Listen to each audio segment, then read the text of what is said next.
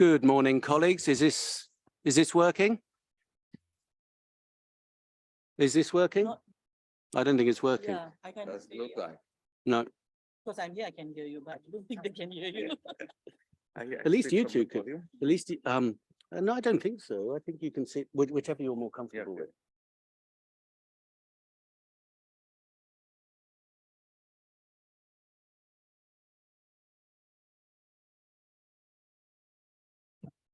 I don't think so. Is this working? No, does not look like. That's this one. Hold it on. Hello? Hello? No.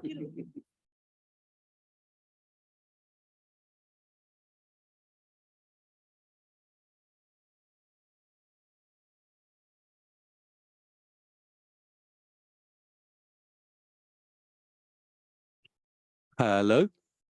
Is working? This is working?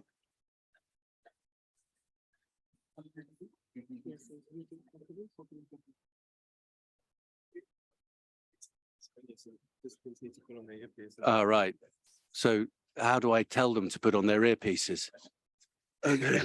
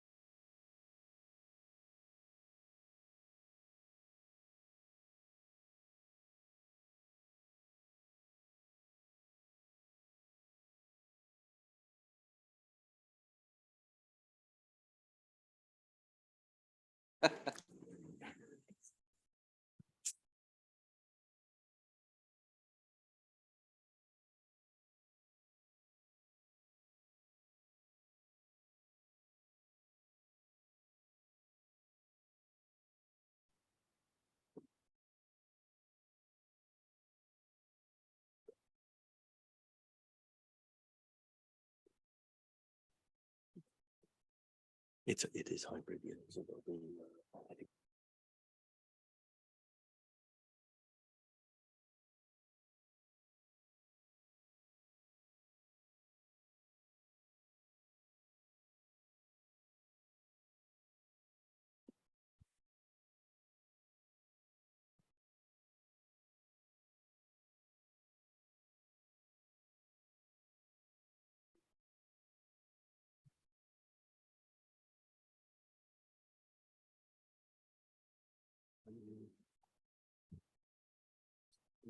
Yeah.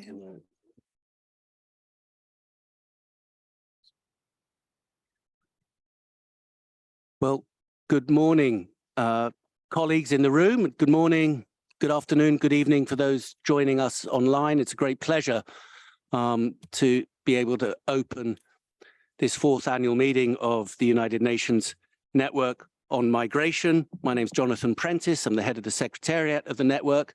Don't worry, you won't need to listen to me right now. It's my pleasure to ask our two speakers to open this meeting, and I will turn firstly and without any further ado to the coordinator of the network on migration and the Director General of IOM, Mr. Antonio Vitorino, please.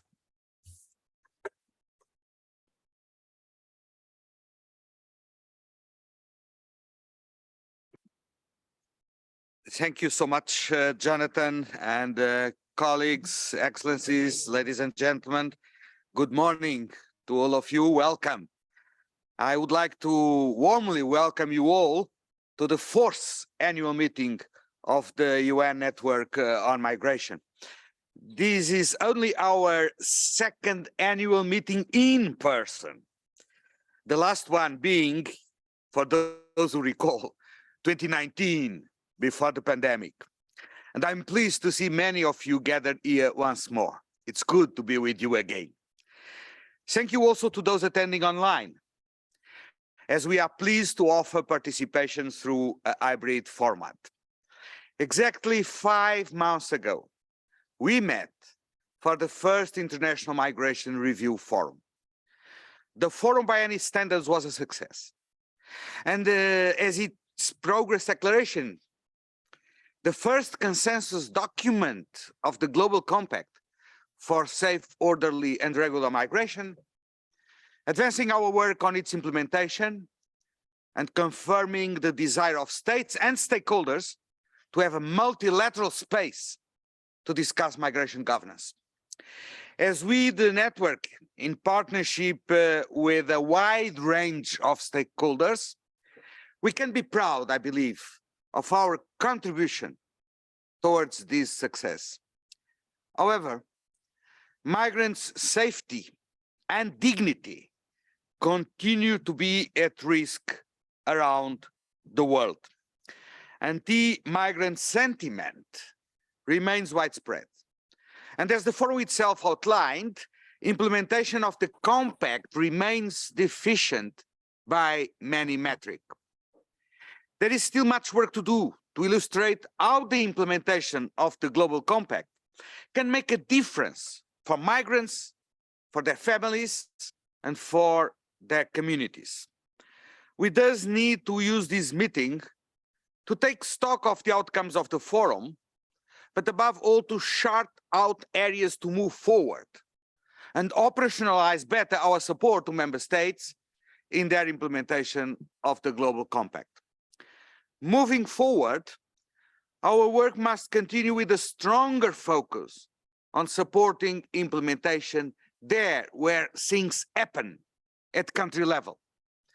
To effectively do that, we need greater partnership among network members, stakeholders, and member states.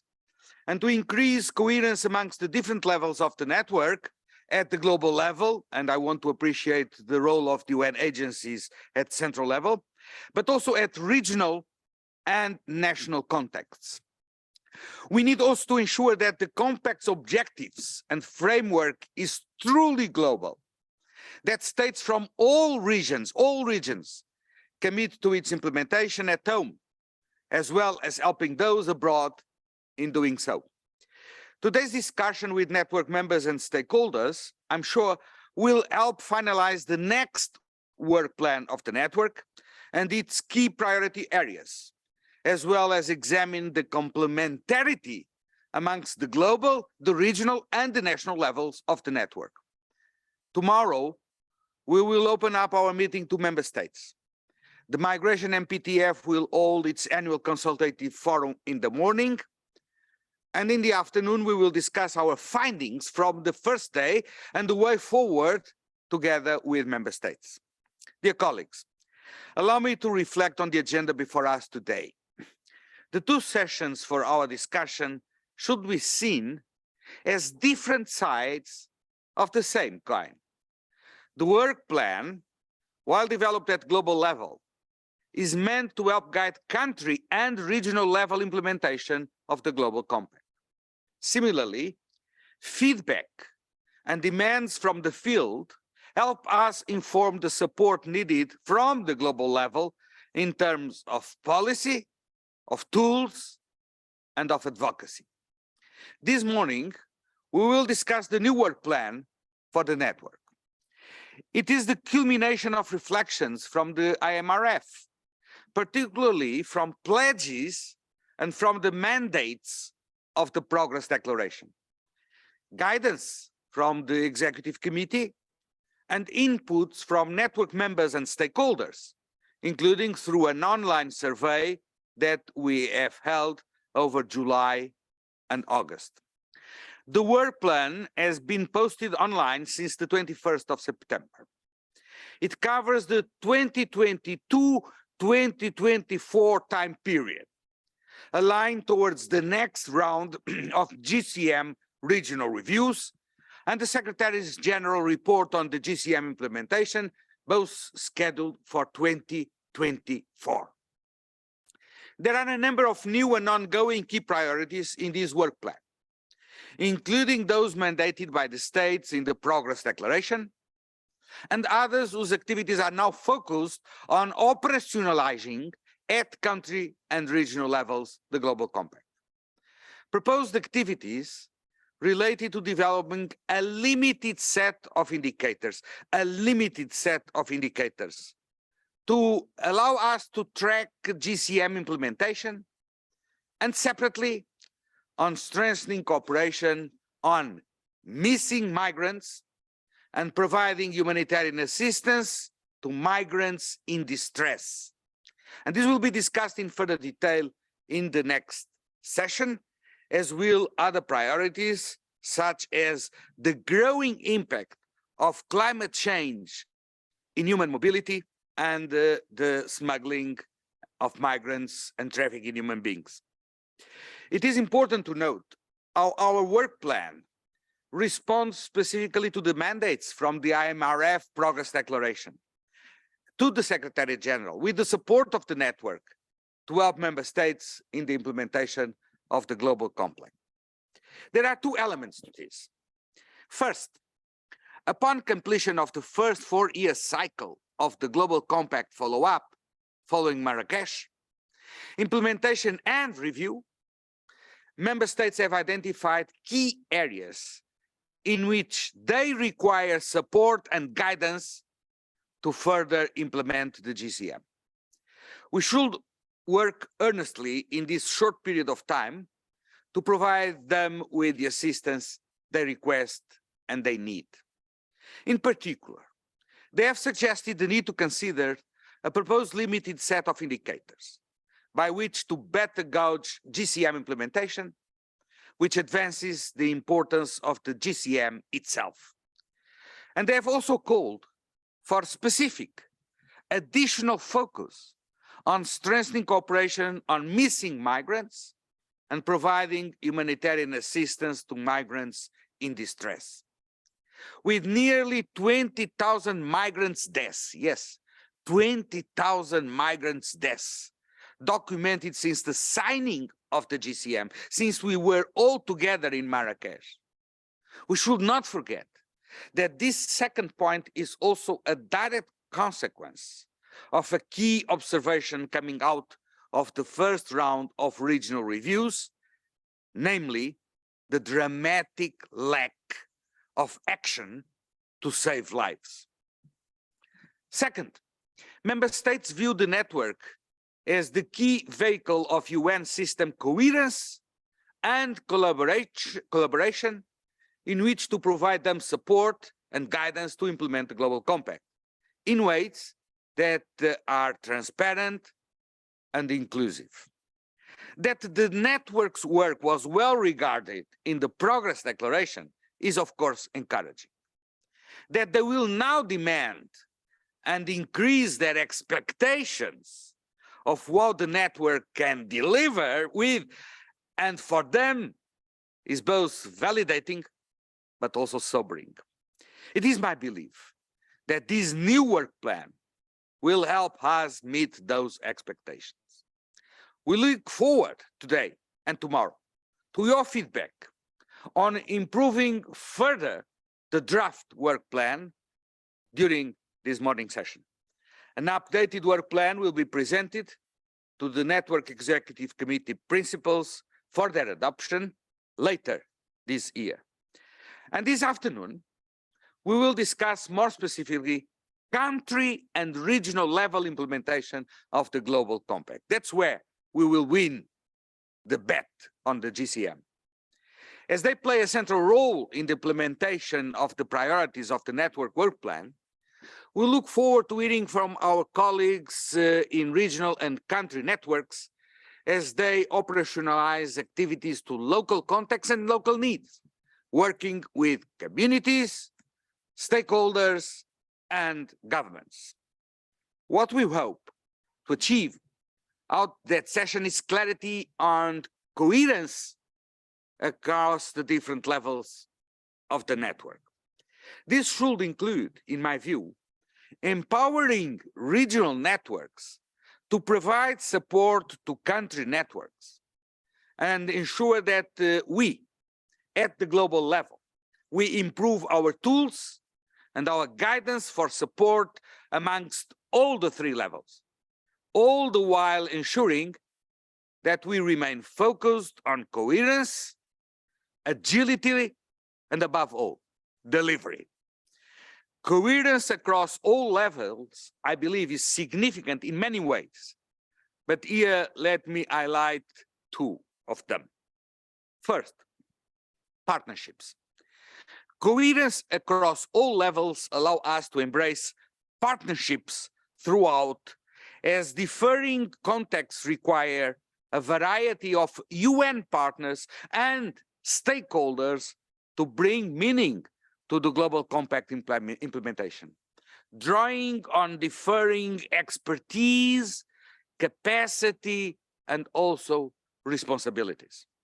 It is important that we ensure, in particular, greater engagement of grassroots organizations and of migrants associations in our work. There is a road ahead of us in this respect. Applying what we usually call in our jargon all of society approach is as significant to the network as it is to the lively implementation of the GCM. In this regard, the network will provide for discussion a stakeholder engagement strategy in the coming weeks. Second, for communications and knowledge management. We are now beyond the point of setting up structures and processes. That's done. We need to improve our ways of communication and information flow, curating better the good policies and practices that exist, how we better utilize, and we need to utilize it better, the Migration Network Hub will be critical to this aspect. It is our responsibility to be more agile and bolder in speaking with one voice, particularly on key emerging issues. This is an area in which we continue to be deficient. Dear colleagues, we have achieved great success, I believe, in our first 4 years as a network. But as you know, memory of past success is short-lived, and rightly so, I must say. We must now be judged on the continued improvement of our collaboration. That the IMRF was a success cannot blind us to the huge challenges ahead. I am confident that we can meet the growing demands upon us, and I look forward to our discussions today and taking our work forward together. Thank you.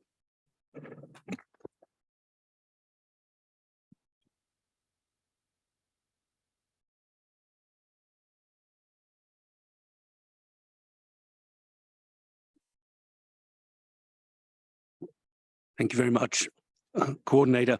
I just want to remind colleagues, I think you've already been informed, but it's never a harm to remind people again that we do have simultaneous interpretation, at least in French and Spanish, I believe. There will be buttons on your machine.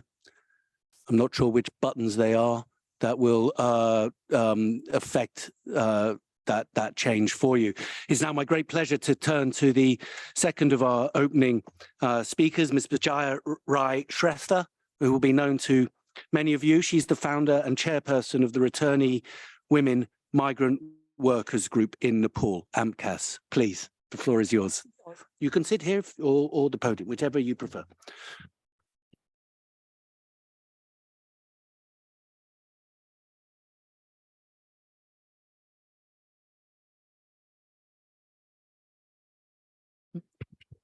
Is it working? Thank you. Thank you, John. Jonathan, I mean. Good morning, Your Excellencies, distinguished delegates, ladies and gentlemen. And it's not only good morning, I think it's good afternoon and good evening because it's in a hybrid format, as our coordinator has mentioned. My name is Vijaya Rai Shrestha, a returnee migrant, the founding chair of Aprabashi Mahila Kamdar Samuha, which means Returnee Women Migrant Workers Group from Nepal. AMCAS Nepal is a member of many regional and global networks like Migrant Forum in Asia, Global Alliance Against Trafficking in Women, in an Asia Pacific Forum on Women Law and Development, and also member of many, in the national forum, national state. It is a great honor and opportunity for me, a returnee women migrant, to be here standing side by side with my presentation after the opening speech from our Director General of IOM and Coordinator, Mr. Antonio Vitorino, in this 4th annual UN Network on Migration Network. Therefore, I would like to first thank the UN Network on Migration for this opportunity. I assure you that I'm not here as an individual Bijaya speaking, but as a voice of millions of women migrants around the globe, because the problems and the discrimination that we face as a woman are similar, and thus we need to fight together. With this, I don't mean that women migrant workers are voiceless. I'm not here as a voice of the voiceless, but I'm here as the united voice of all returnee women migrant workers and women migrant workers all over the world. When I started my journey as a returnee migrant, trying to organize returnee migrants, women migrants, to fight for the rights of women migrants in Nepal in 2002, migration was not an issue at that time. Nobody knew about migration, and women's migrants was not even discussed in the national level. It was UN Women at that time, UNIFEM, who introduced a program called Empowering Returnee Women Migrant Workers, where we were brought forward to fight for our rights.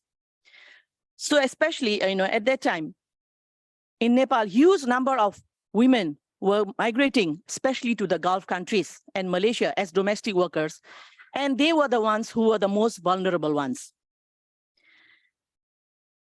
They were abused and exploited sexually and physically due to the undocumented status, with many other reasons like lack of information, lack of skill, language problems, and even domestic violence.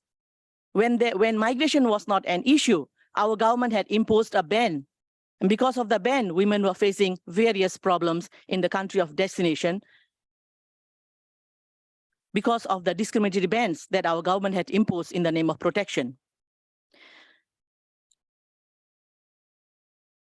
It is always, when I listen to our Director General about the GCM implementation and the declarations, it is always good to hear good declarations, outcomes, and documents and from the high level, high level dialogues like the Global Forum on Migration, GCM.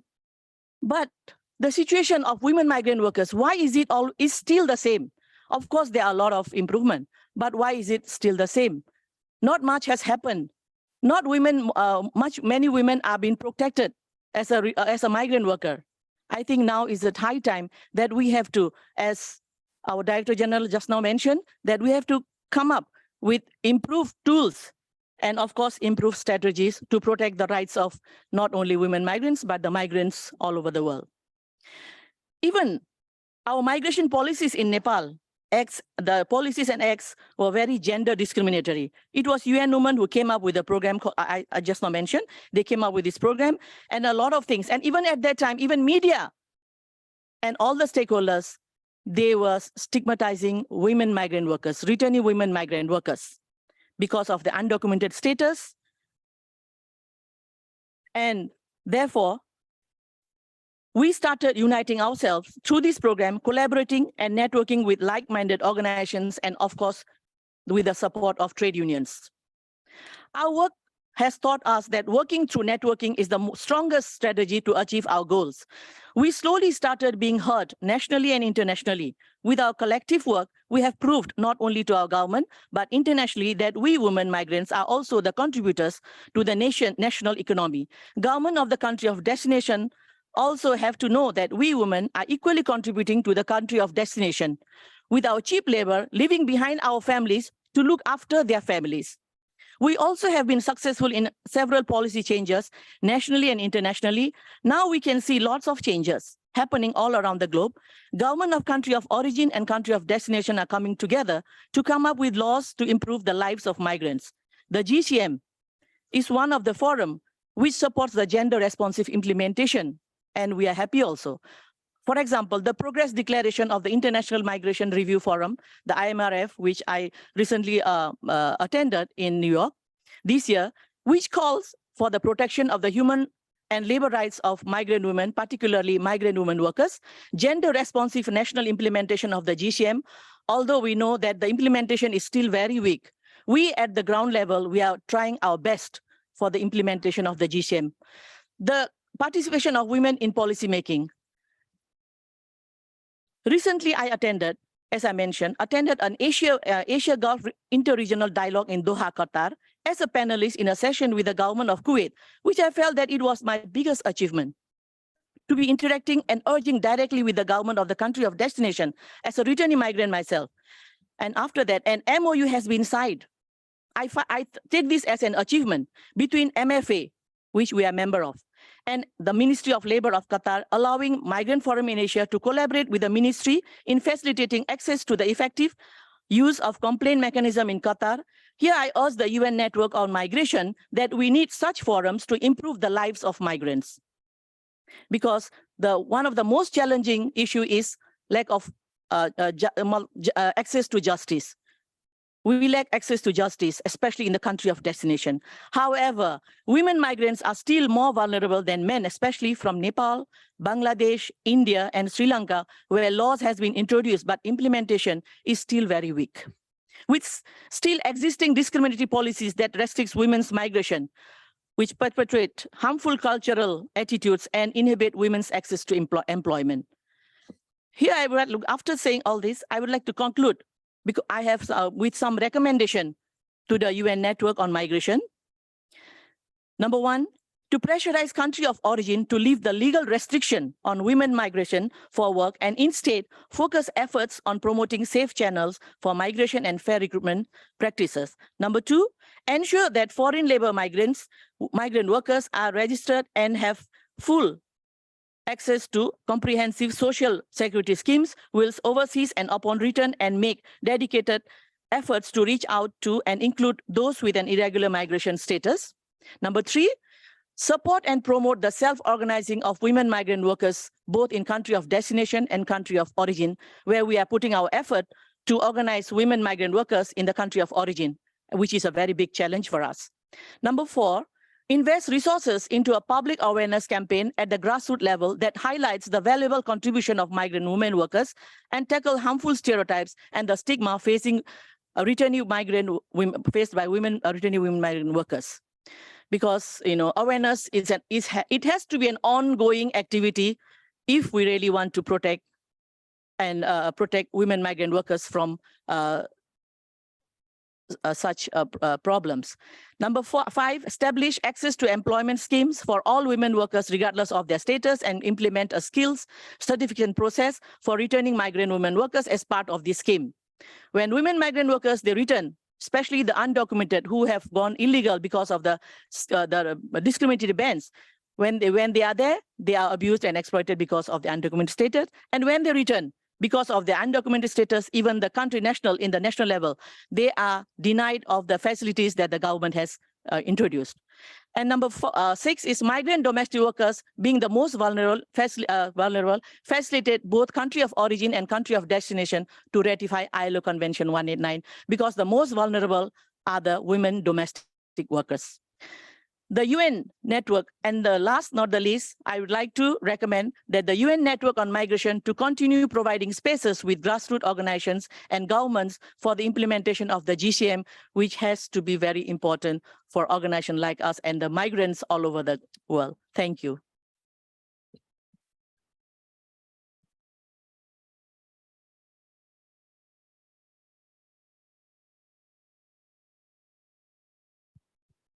Wonderful. Well, many thanks to both speakers for kicking off this annual meeting. That now concludes the introductory comments, and I hand over to my colleague Amy Muden, who will introduce us to the first session on key thematic priorities identified in the draft work plan that you have before you.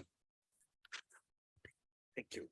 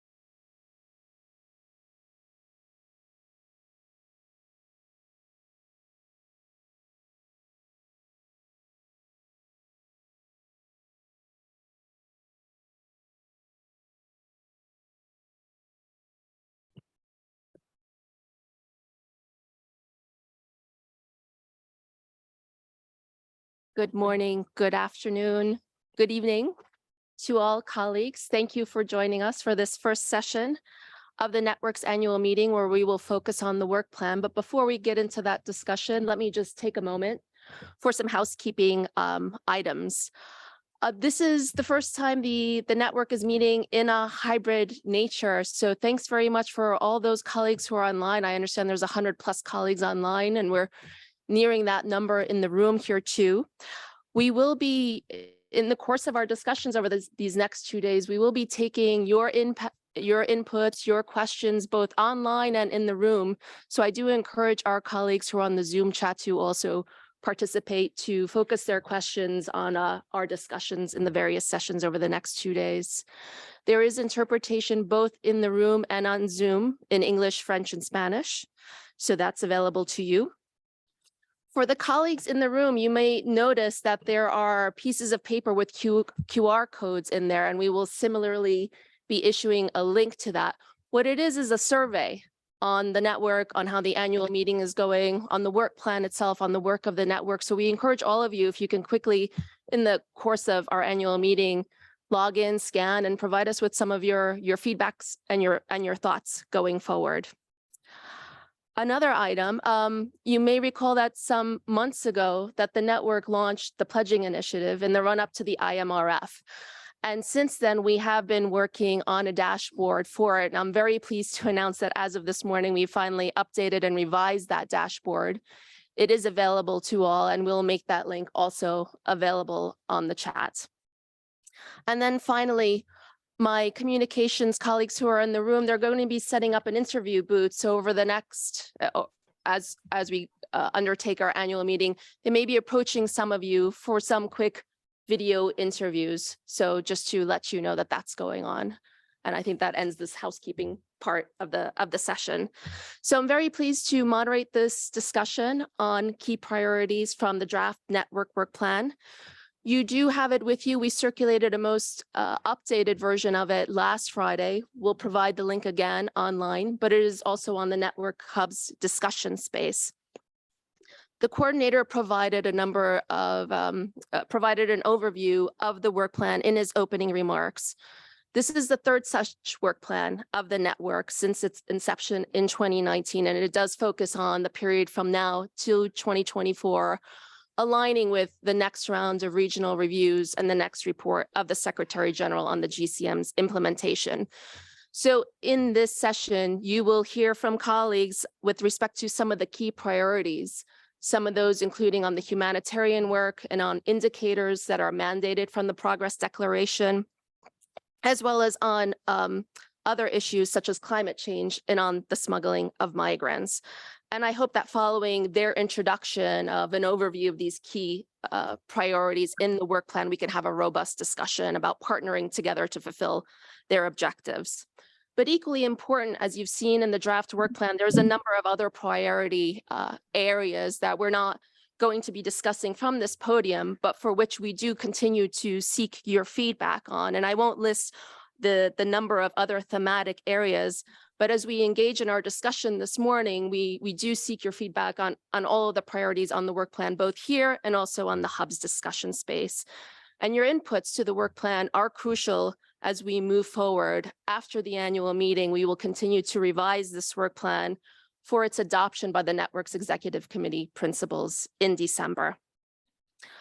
And let me just quickly run through the scenario of this discussion this morning. We will hear from colleagues on the humanitarian work and on the indicators work.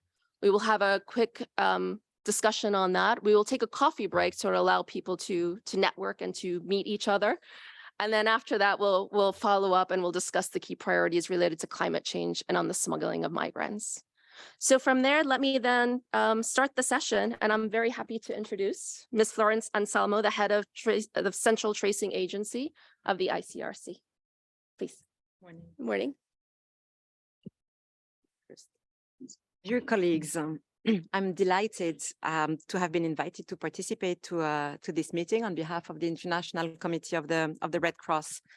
While the ICRC is not a member of the UN Network on Migration, We do share concerns and areas of engagement, and it is important that we find ways of cooperating effectively.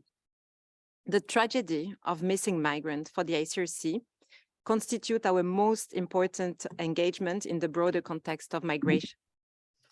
Addressing it requires cooperation across borders and among a broad range of actors.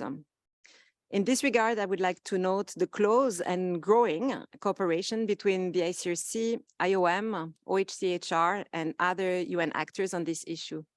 I think our joint statement on missing migrants at the beginning of the year is a good example of this.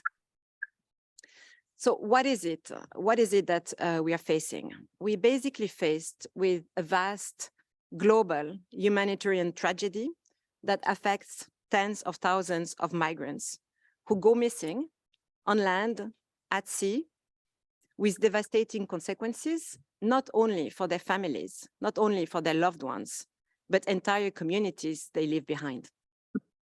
The shocking numbers are documented by IOM. We heard 20,000 since the signing of the GCM, but more than 50,000 deaths in migration since 2014. And this is just a fraction of actual numbers. And it does not include large numbers of migrants who are unaccounted for because they are unable to communicate with their families, for example, because they are detained or because they are stranded in areas of armed conflict. Conflict-related cases continue to constitute the majority of cases documented by the ICRC. But if we look at the Red Cross and Red Crescent movement at large, migration-related missing persons cases are now making up the majority of our caseload. The work of the Red Cross, Red Crescent movement often or almost always begins with families who reach out to us to report a missing relative. In countries like Senegal or Zimbabwe and many others across the world, we observe firsthand the harrowing impact of these disappearances on those left behind. Families that lose a breadwinner, a parent, a child, or spouse, whose entire lives are upended, and often entire lives that are consumed by frantic efforts to search in faraway countries. Their situation is often compounded by stigma and is most of the time unacknowledged by authorities. Colleagues, this is the reason why the inclusion of Objective 8 has been a critically important milestone. Unfortunately, over the past 4 years, the response by the GCM signatories has, for the most part, continued to fall tragically short. Objective 8 remains amongst the least implemented. Harmful migratory policies have continued to take place, have continued to place migrants in ever more perilous journeys. Family separation, often involving children, has continued, and at times on a large scale. And efforts to search and identify the missing have been scarce. Despite this rather bleak picture, there have been some positive developments. Regional bodies like the African Union, the African Commission on Human and People's Rights, or the Regional Conference on Migration in the Americas have begun to work on the issue. A few states have begun to cooperate across borders to identify deceased migrants. In one concrete example, in May of this year, 12 North and Western African countries, as well as a number of regional and UN actors, have met in Tunis to identify together ways to begin cooperation on missing migrants.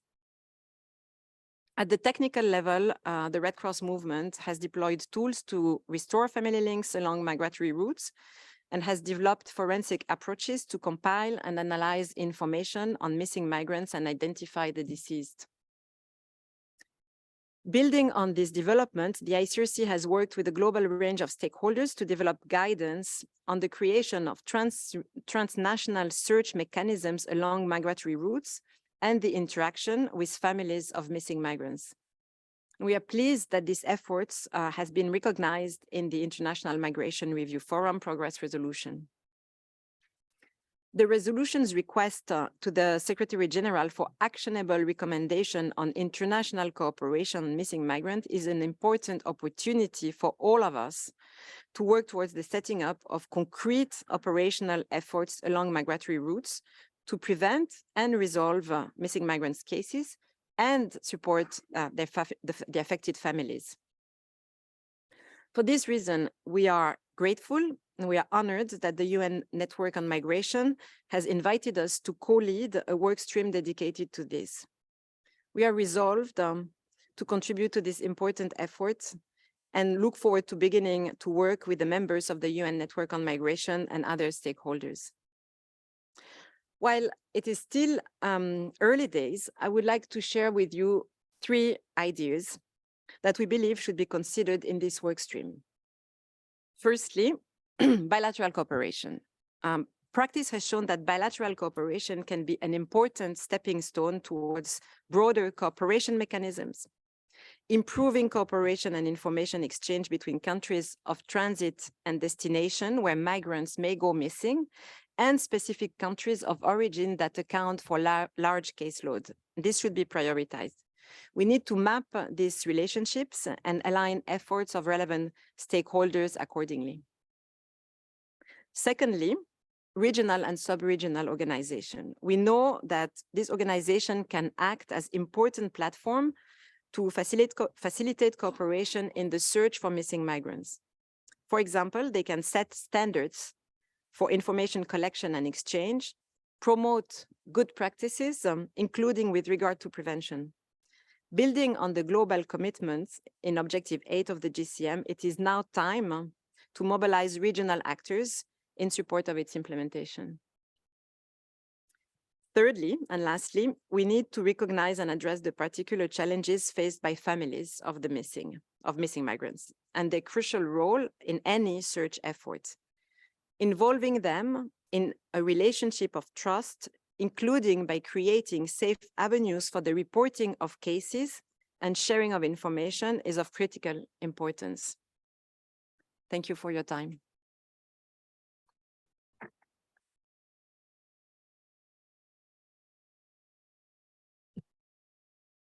Excellent, thank you. And we're very happy to have on board ICRC in this important work.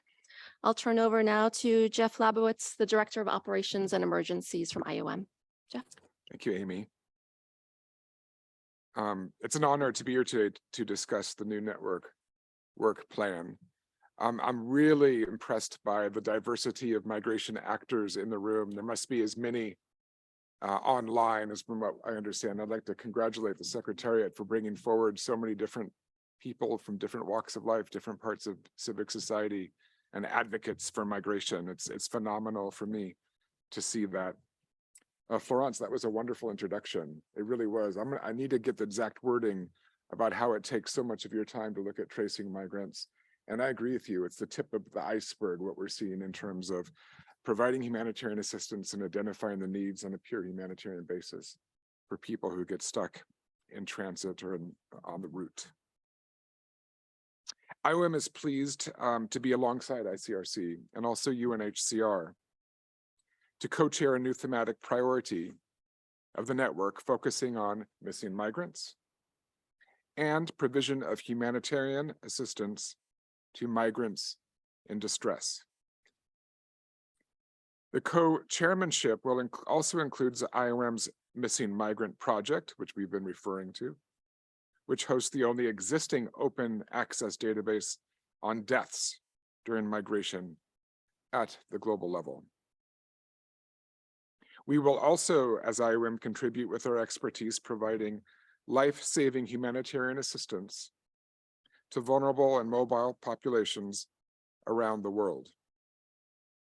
As the head of humanitarian programs, it gives me hope to see the humanitarian dimension of migration referenced in the IMRF Progress Declaration.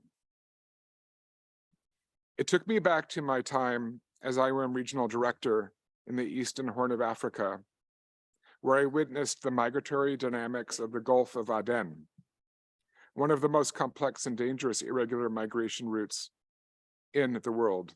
It comprises mostly of Somalis and Ethiopians who go over the sea into Yemen, a war zone, on their way to South Africa. What impacted me the most was the youthfulness of those embarking on this route and their willingness to take risks in the hope of a brighter future. Estimates is that upwards of 20% of those were unaccompanied minors, 5% who were very young, under 15 years old. And their needs still need to be addressed, and that's just one route. I think all of us here today recognize that given the lack of regular pathways and the dire global socioeconomic landscape, people will continue to embark on dangerous migration journeys. And so we will continue to see migrants crossing the seas, deserts, and jungles.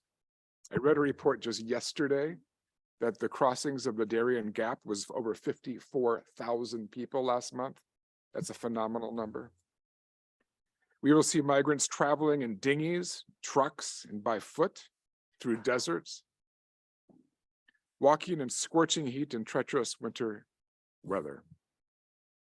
Many will travel in very large groups, pushing existing response and assistance capacities to the brink.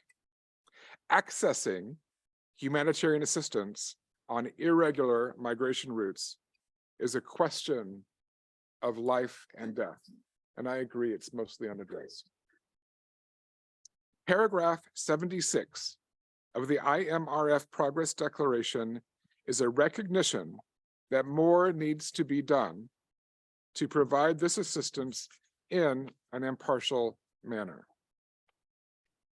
The Progress Declaration gives the United Nations Network on Migration a very clear mandate to assist the Secretary General to develop actionable recommendations on missing migrants and provision of humanitarian assistance to migrants in distress.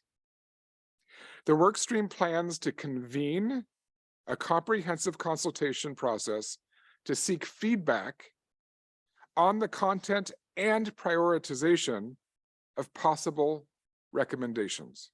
We'll all be a part of that. Our current thinking is that these consultations would take place at the regional, which the DG referred to, as well as the cross-regional level, to zoom in on a few key migration routes. Consultations could also take place in New York and Geneva to engage member state delegations. They will also have to take place at the field level to get input from underrepresented constituencies, such as the private sector, local relief organizations, families and communities, and migrants themselves. The format will be a mix of hybrid and virtual. During these consultations, we hope to gather good practices, but also gaps with regards to cooperation.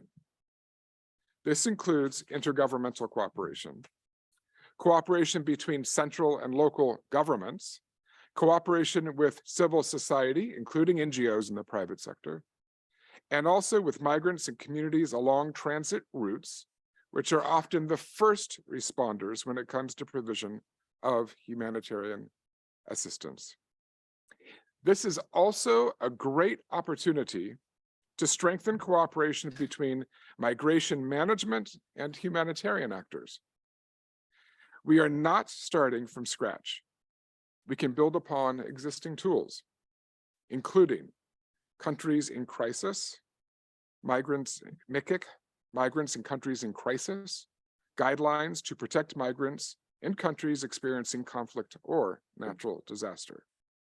As we embark on this process, we hope to rely on your active participation to make this dialogue as inclusive and representative as possible. We also welcome those organizations with interest and expertise on missing migrants and provision of humanitarian assistance to migrants in distress to join the work stream. This is a call out to all of you. Thank you for your time.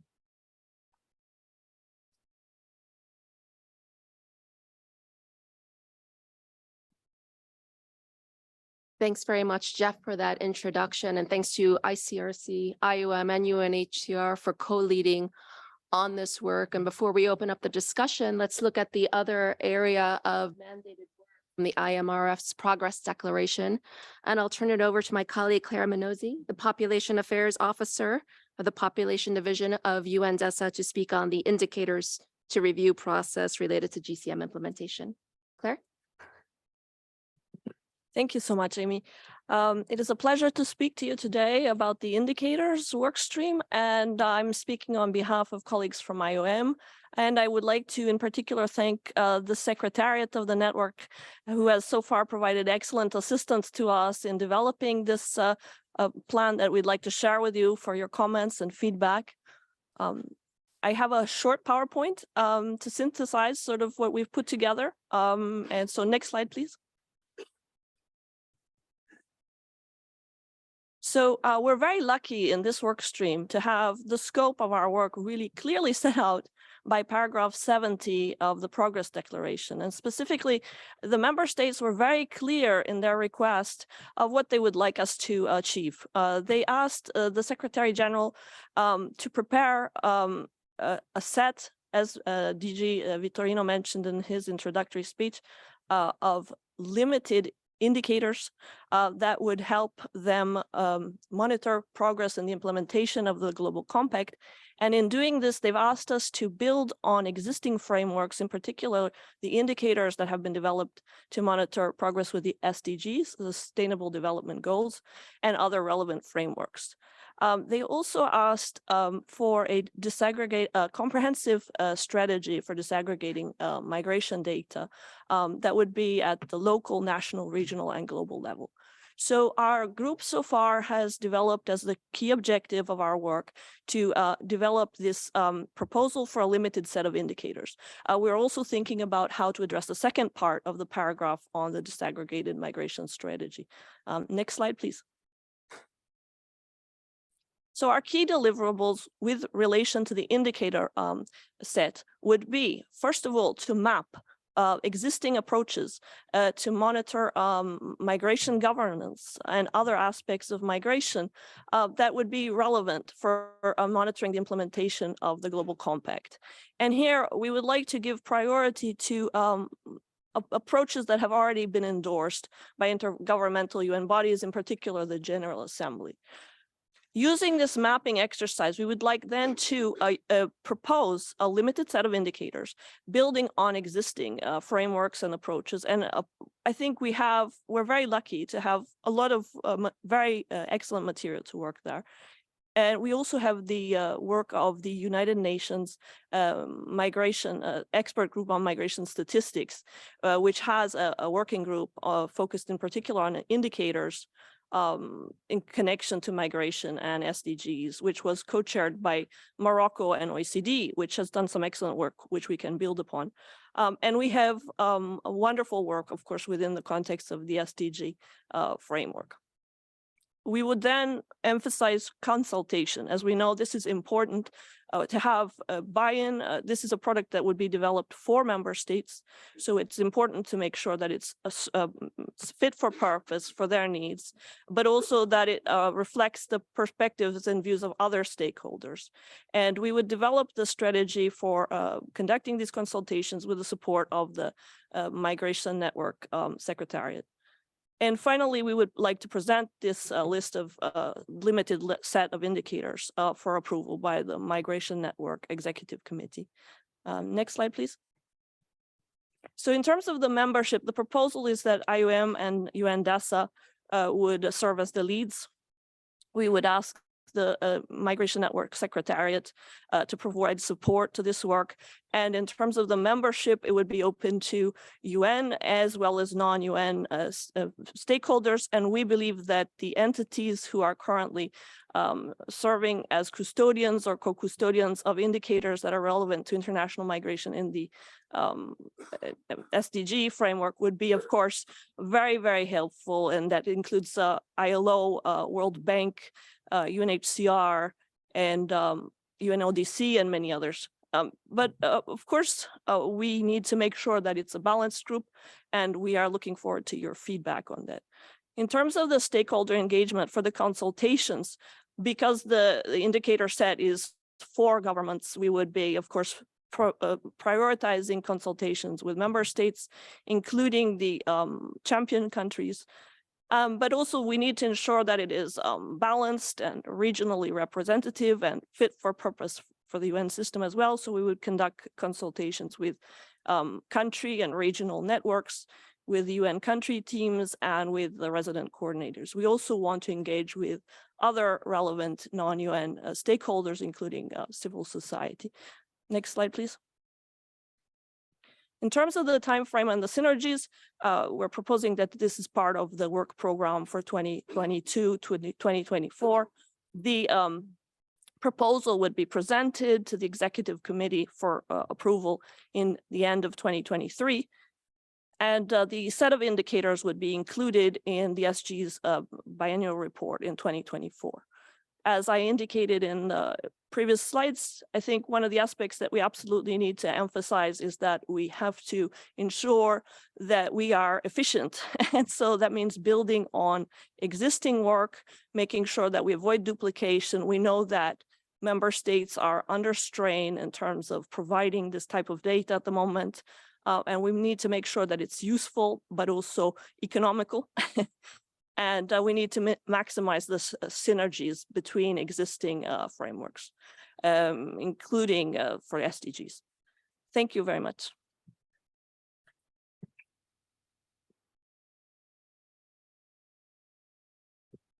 Excellent. Thanks very much, Claire. Colleagues, you've heard already for some of the key priorities on the humanitarian work and the indicators work. Again, they were mandated by the IMRF's Progress Declaration. I just want to highlight two things in particular as our colleagues presented them to us. First is that the work going forward will build on a number of good existing practices or initiatives and taking that work forward. And secondly, that there's a consultation process in both of these areas of work that are important. Today, we're meeting as the network and with stakeholders. It is more of an internal meeting, but I think key in our partnerships is with member states and with migrants themselves carrying forward this work. And I think a lot of the consultation process for both is highlighting that. We do have about a half an hour of time to have this discussion before the coffee break.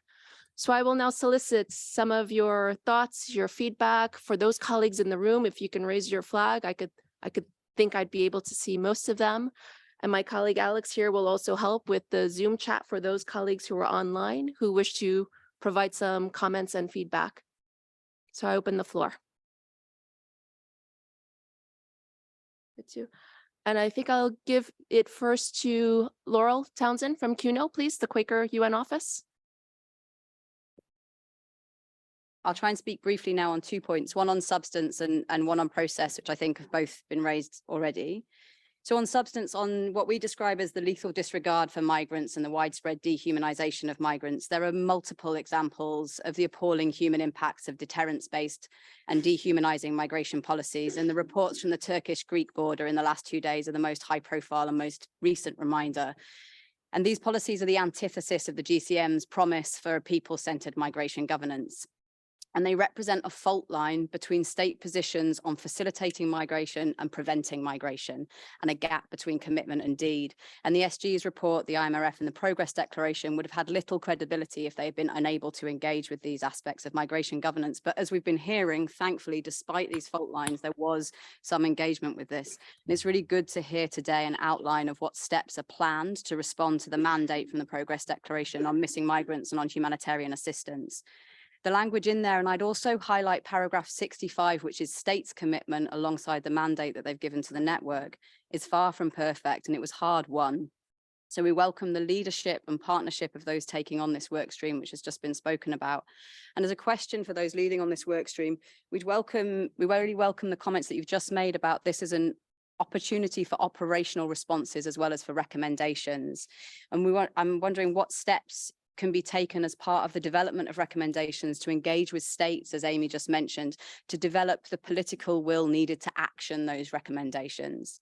And a suggestion, we'd really like to see links made between this work stream and the new priority on preventing smuggling, especially in regard to the way in which a narrative of combating smuggling is used in the criminalization and suppression of humanitarian assistance and the way that impacts on search and rescue and tracing. The determination of some states to keep stronger language on non-criminalization and solidarity out of the Progress Declaration is a significant weakness in that agreement. And it's another example of that fault line that I mentioned. Whilst it's not the role of the network to mend all of those fault lines in states' positioning, they are a reminder of the work we need to do together for the slow wins. And there may need to, and that may be beyond the timeline of a 2-year work plan of the network. We have 4 years until the next IMRF. And so I'm wondering, beyond this work stream or alongside this work stream, what additional work is needed within the network alongside and complementary to it to build on the stepping stone of the successes of the IMRF that DG Vitorino mentioned in opening to address these fault lines. In that time, I'd welcome a conversation with others in this room and online about how to engage and shift political will for prevention of migrants from going missing, prevention of loss of life, and in particular to test the idea of a high-level panel on prevention.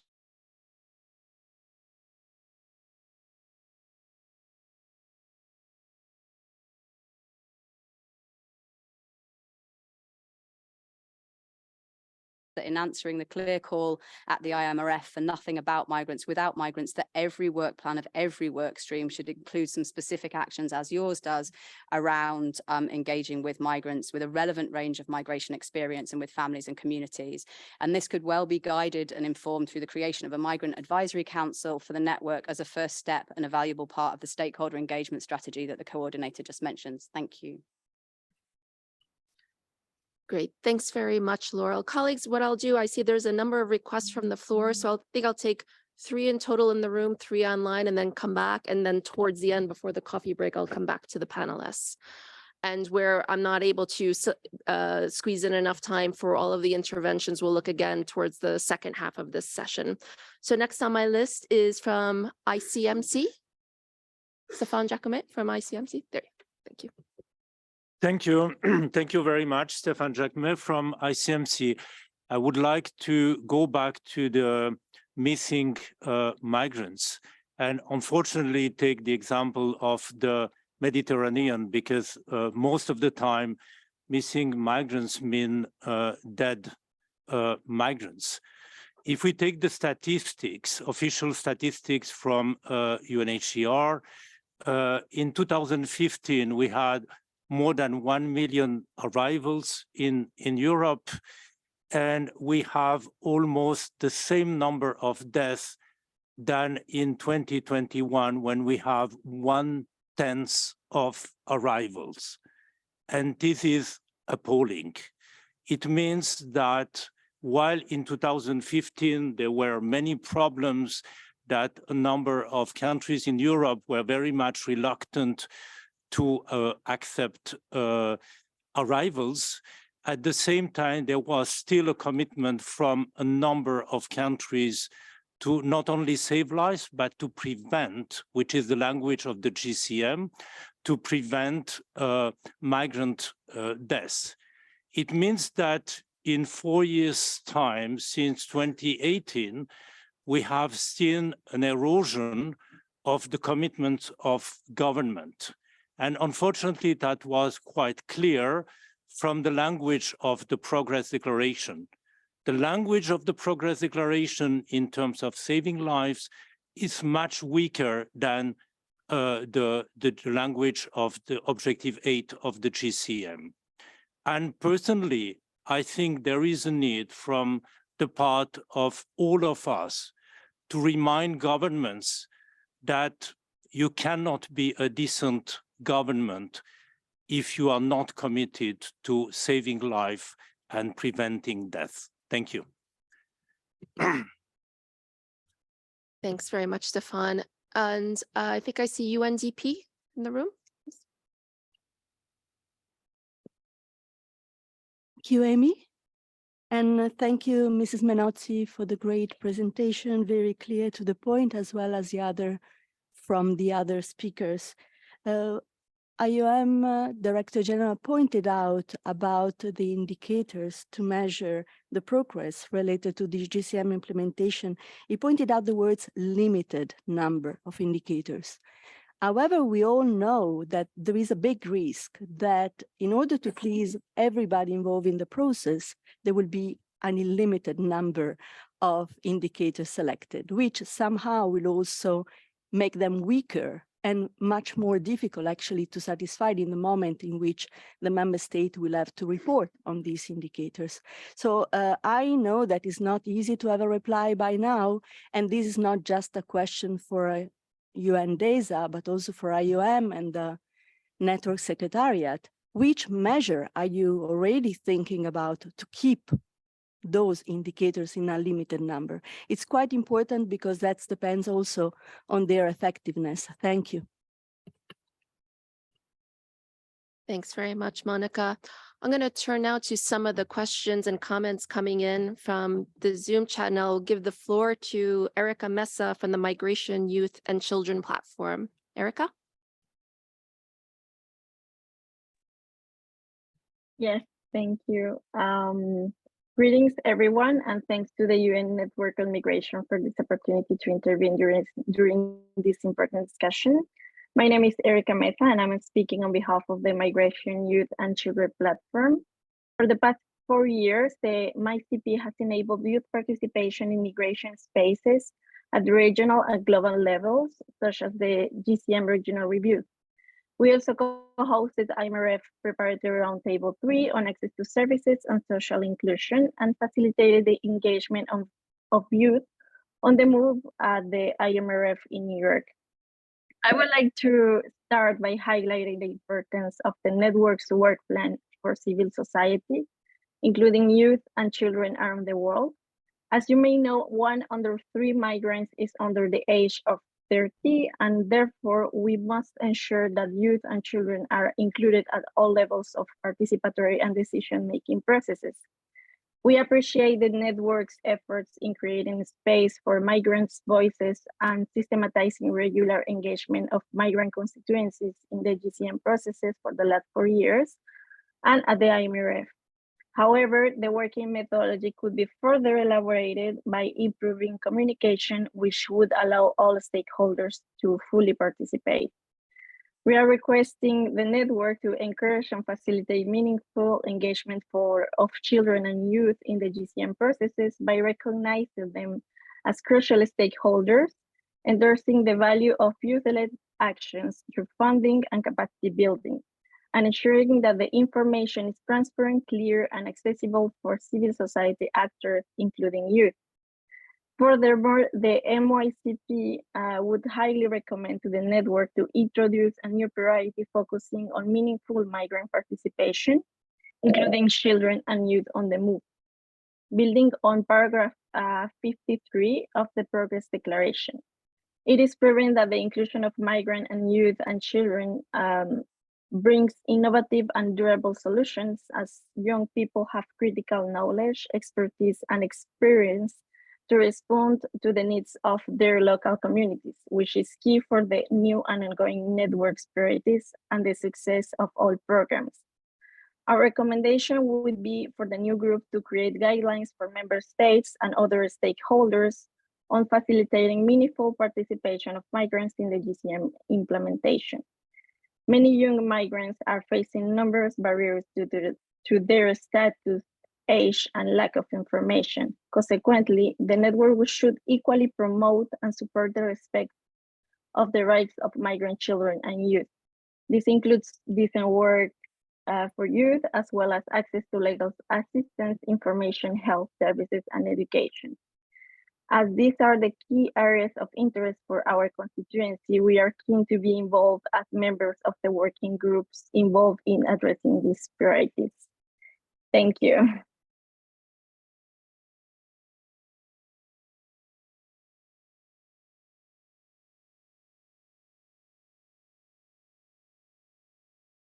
Zoom chat, I now cede the floor to Musa Sangari of the Ivorian community of Greece.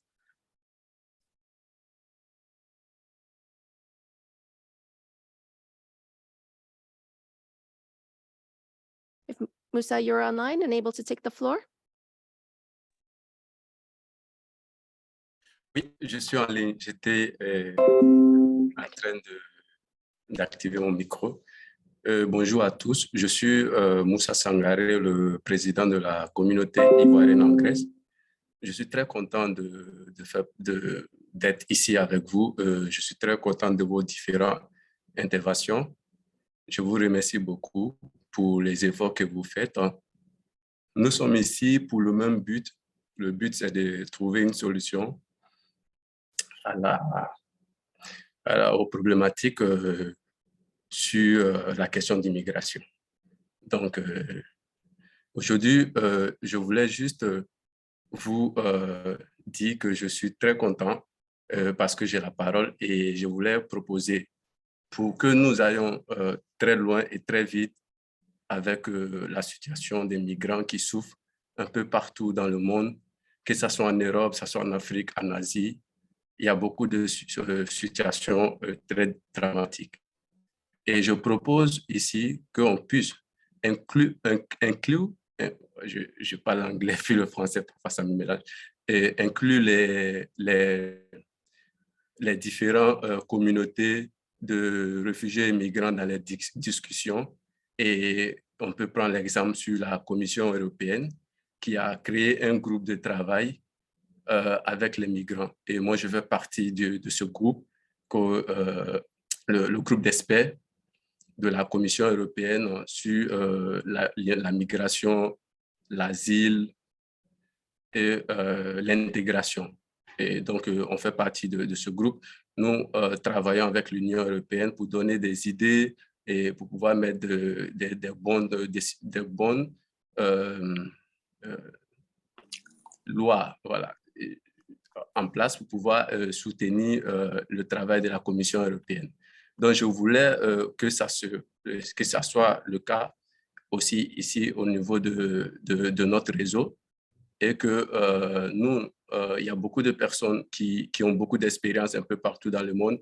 Ils peuvent apporter des solutions aux questions d'immigration et un peu partout sur tous les continents. Et donc, c'est ce que je voulais dire. Et nous, au niveau de différentes communautés ivoiriennes, nous avons le même but que le réseau. Mais on a besoin d'être consultés aussi. Et comme ça, on peut aller très vite et trouver des solutions.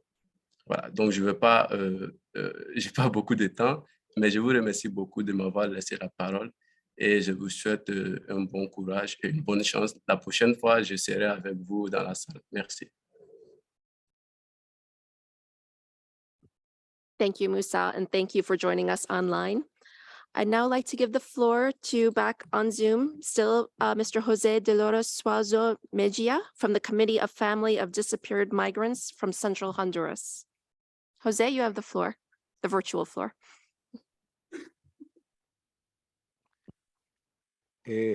Buenos días, buenas tardes, buenas noches. Mi nombre es José Dolores Suazo, hermano de Mauricio Francisco Suazo, muerto en la masacre de Cadereyta, mayo 12.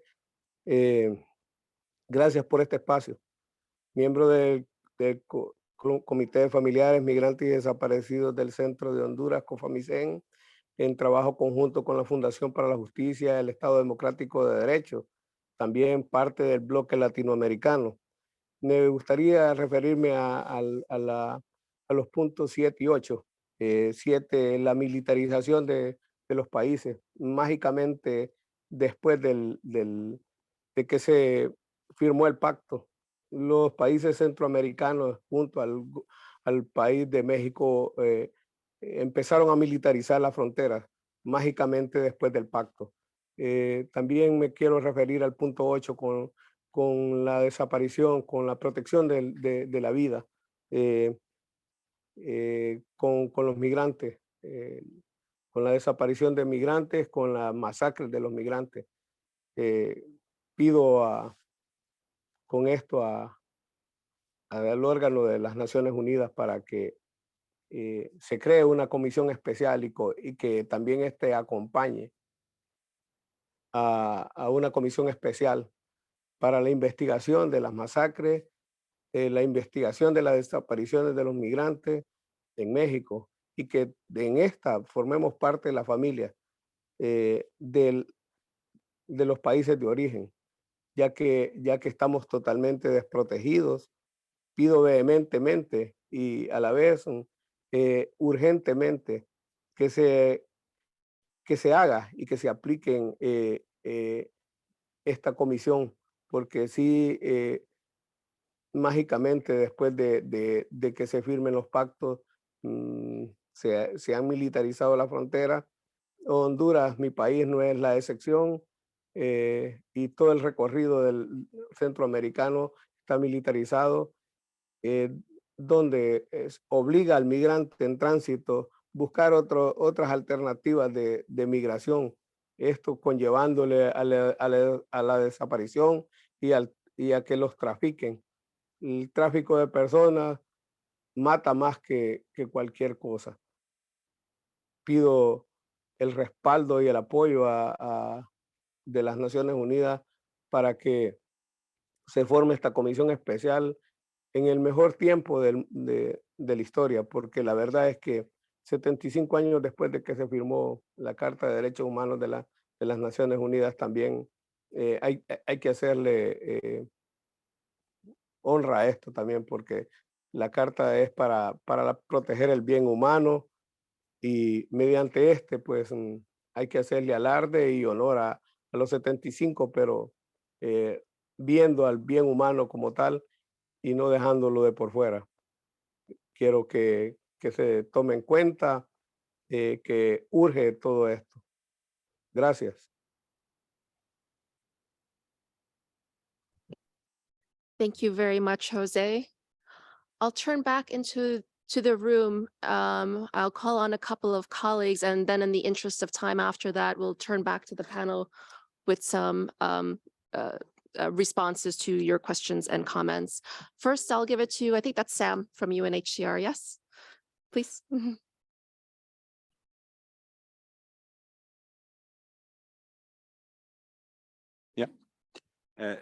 Thanks a lot to the UN Secretariat for organizing this annual meeting, and all the colleagues in the room and online. I'll be very brief, thanking the colleagues from ICRC and IOM who presented workstream on paragraph 76 of the Progress Declaration on missing migrants and provision of humanitarian assistance to migrants in distress. UNHCR is very happy to co-lead this work stream, and already appreciate interventions from the room, including ICMC and CUNO regarding potential activities. As the colleague from UNDESA actually mentioned, as for the indicators, it's true that the Progress Declaration in paragraph 76 is already setting a very clear mandate for this work stream in terms of drafting actionable recommendations. But the colleagues already actually gave some thoughts about how to make sure these actionable recommendations could be based, substantiated through specific activities, including the mapping of good practices and operational response. So we are very mindful of the fact that we have to focus first on these recommendations, but that by doing so, we can, of course, already have a set of activities which can be operational and quite practical. So in terms of deliverables and, of course, of thematic scope, there is a lot to be done. But in defining this scope, the colleagues already also looked at what other platforms are doing, and this is something we are very mindful of in terms of avoiding duplication, to cooperate with other fora dealing with a similar topic. This actually is valid for other work streams in the network. The smuggling one was actually mentioned by Laurel. This is well understood that there are overlaps with the smuggling work stream. And the need to avoid duplication is also valid when it comes to external fora. So we have to make sure as well that in terms of scope and deliverables, we complement what others are doing, including the Interagency Group on Protection of Migrants and Refugees moving by sea. So this is something that, of course, will benefit the participation of different members in this work stream, and we look forward to colleagues and organizations volunteering to be part of this quite ambitious work stream. Thank you. Great, thanks, Sam. And if I can now give the floor to Berenice from IMUMI, please. Gracias. Bueno, vemos aquí una delegación grande de Latinoamérica y en línea están conectados comités de familiares de migrantes desaparecidos, porque creemos que es vital este espacio, vital la UN Network, y que esta agenda de trabajo que se construye al 2024 sea una agenda que refleje impactos en la población. Y en ese sentido quiero vincularlo a los indicadores, que fue una lucha de todas las partes interesadas y de sociedad civil, para que realmente el avance en el Pacto Mundial de Migración genera resultados no solamente de organización institucional y estructura, que como lo decía el director general de OIM, ya se ha avanzado mucho en eso, sino cómo va a impactar en la población. Y creo que más que el número de indicadores que se generen, es qué tipo de indicadores se generan. Los indicadores, y lo vemos quienes trabajamos a nivel nacional, ¿no? Pueden ser indicadores de gestión y nos pueden decir muchas acciones y reuniones que se hacen, pero eso no nos genera un impacto en los derechos de las personas migrantes. Necesitamos indicadores de impacto y para eso necesitamos que estén las personas migrantes, las familiares de migrantes y sociedad civil. Sabemos que se acepten o no los indicadores depende de la voluntad de los gobiernos, porque son pues, en un Estado de Derecho que deberíamos de tener democrático en todos los países, quienes generan estas estructuras de gobierno. Pero en la realidad, quienes estamos en terreno atendiendo a la población migrante, peleando por justicia, como las masacres, hay masacres de migrantes, ¿no? Donde participan agentes estatales en México. No son desapariciones solamente por tráfico, son desapariciones por masacres con participación de agentes estatales. Entonces, necesitamos la participación de todos los actores en la generación de estos indicadores, actores donde contribuyamos y colaboremos para que los estados lo asuman, ¿verdad? Y en ese sentido, hay 3 recomendaciones importantes.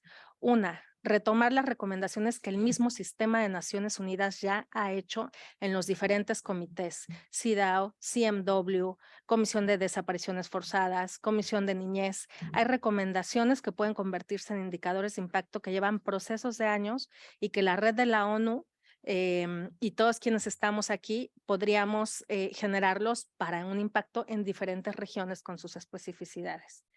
La otra cuestión, uno de estos indicadores, por ejemplo, es lo que mencionaba don Lolo, que es ya la Comité de Desapariciones Forzadas de la ONU ha recomendado una comisión especial para la investigación en casos de desapariciones de migrantes en las Américas y de masacres de migrantes, ¿no? Entonces, este mecanismo con todos los actores, ¿cómo puede impactar en los efectos de estas desapariciones, ¿no? Pero por otro lado, y ahí ves la segunda recomendación, generar indicadores que atiendan la prevención y las causas, ya lo decían otros colegas, ¿no?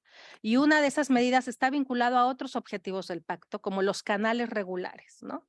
Si ponemos indicadores específicos, no solamente en enfocarnos a regularizar a las personas que ya están en situación irregular en un país, sino a generar indicadores para que desde el país de origen, ejemplo, en Centroamérica, en los consulados mexicanos, se facilite una migración regular a población en situación de vulnerabilidades para que no tenga que ser traficada, tratada, violentada, después llega a México y finalmente en México le dan una regular estancia por razones humanitarias. ¿Por qué los tenemos que hacer pasar por todo eso cuando un indicador de la implementación de la Declaración del Progreso podría ser favorecer vías para migrar regular desde los países de origen, ¿no? Entonces, ese es un ejemplo de cómo podríamos generar prevención de desapariciones, de trata, de tráfico y de varias prioridades que celebramos, que se han posicionado en la Agenda de Naciones Unidas. Y por último, las causas estructurales, ¿no? En las causas, no solamente es una cuestión económica, en nuestras regiones, en las Américas, ahora lamentablemente desde Sudamérica hasta Norteamérica, vemos que una causa fundamental son las violencias. No nada más la cuestión económica, es el acceso a derecho, mucho situación de violencia de género, pero también sistémica. Entonces, ¿cómo podemos contribuir para medir cómo se impacta y los perfiles de población para poder atender a políticas públicas? Y con esto cierro, algo muy importante es indicadores en la implementación de políticas públicas. Hay muchas regiones hay muchos países de nuestras regiones que tienen muy buenas leyes, muy buenos programas, pero no se implementan. Si estos indicadores ayudan a medir la implementación, cómo las personas acceden a derechos, y en eso podemos colaborar, cierro diciendo, sociedad civil, personas migrantes y familias, podemos colaborar constructivamente para generar estos indicadores que realmente representen una rendición de cuentas y avances en el pacto. Muchas gracias. Thank you, Berenice. I might quickly turn it over to our panelists for some initial responses to it. Florence, please. Thank you very much. I'm going to touch upon, I think it was mostly the question of the first question of Kuno, but I mean, there were other questions that related to it. Obviously, global commitments are important in the sense that they can create a conducive environment. But what is really important, or what is more important, is really now to get to concrete operational implementation. I don't know how to, I mean, that's what it is all about at the end. And we really believe that there are efforts that can be made at regional, sub-regional, and national level, from humanitarian actors themselves, but also and more so by supporting states. So we've talked about I'm referring to the issue of missing migrants and their families. And it is true that at times, first of all, it's not a very visible humanitarian issue. It needs to be made visible. It needs to be part of our agenda, of our dialogue with states and with regional organizations. And it is one that often seems as complex or a bit hopeless, but actually it is not. There are really concrete things that can be done. And I would, separate this in 3 areas of work. One is prevention. I think this is absolutely critical. Now we want, of course, migrants, not to go missing in the first place. That's the first area. I'll get back to that. And there is, of course, efforts that need to be made in search efforts for missing migrants. And we've heard about, I think the gentleman's name was Jose Dolores, the importance of families. Families of migrants, families of missing migrants must not be forgotten. They need to have a voice. They need to be given a space. So on prevention, to start with, regular review of migration policies, laws, and practices to reduce risks along migration routes, and this, in line with international legal norms, is absolutely critical, and this is something that can be done, you know, with bilaterally with states, but also through regional or sub-regional platforms. It's also about prevention is also about enabling migrants themselves to maintain and restore contact with their relatives along, you know, during their journey along migration routes. And I could go on, but you know, I just want to keep it short for the sake of time. On the search, of course, search and rescue operations are critical, but so also is the importance of standardizing and harmonizing data collection. This is absolutely critical if we are to search for missing migrants. We need to have somehow minimally interoperable systems between countries of origin, transit, and destination. It is also about establishing pathways and transregional and transnational mechanism to search for missing migrants. And last but not least, of course, as we all are painfully aware, migrants do die along migration routes, and the respect and the dignity in the management of the dead is also something that needs to be part of our dialogue with states, because working for the respect of the dead is really working for the living, because all of these persons have, first of all, they have a name, they have an identity, but they also have sisters, brothers, parents who need to know what has happened to them. So bodies that remain unidentified are just missing persons. And thirdly, families. I think it is really important that families are given access to information, that they are given a voice. ICRC, we invest a lot of efforts to support the setting up of family associations. Family association is something that is for missing persons, is something that is known in cases related to armed conflict, but we now see increasingly an increasing number of families of missing migrants, communities that are organizing themselves, and it is important that they are supported in their efforts and given a voice. I'll leave it at that for now. Thank you. Yeah, real quickly. And then I just like to mirror, when you're looking at missing migrants, they're people who often we don't know who they are, but they do have names. And so associating names to this whole thing is always something which is emotional and brings us to the issue at task. And so I also want to recognize Jose for bringing that forward. I also heard a lot of reference to prevention and a need to have concrete indicators. There was reference to other paragraphs, 53, 65. One was youth, one was looking at interlinkages on preventative action.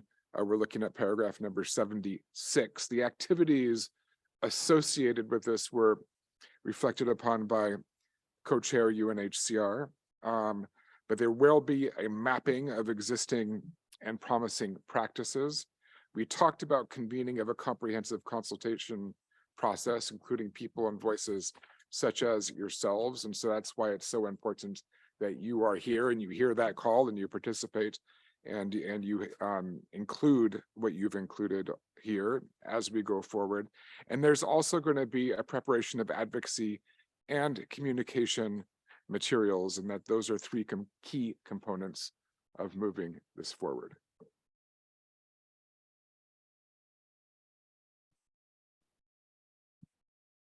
Thank you so much for the questions related to the indicator work stream. I found the colleague from UNDP really is hit the nail on the head in terms of this is indeed the challenge, I think, for the group to really balance the need to ensure that the proposed set is fit for purpose and yet economical, so that we comply with the request from the member states.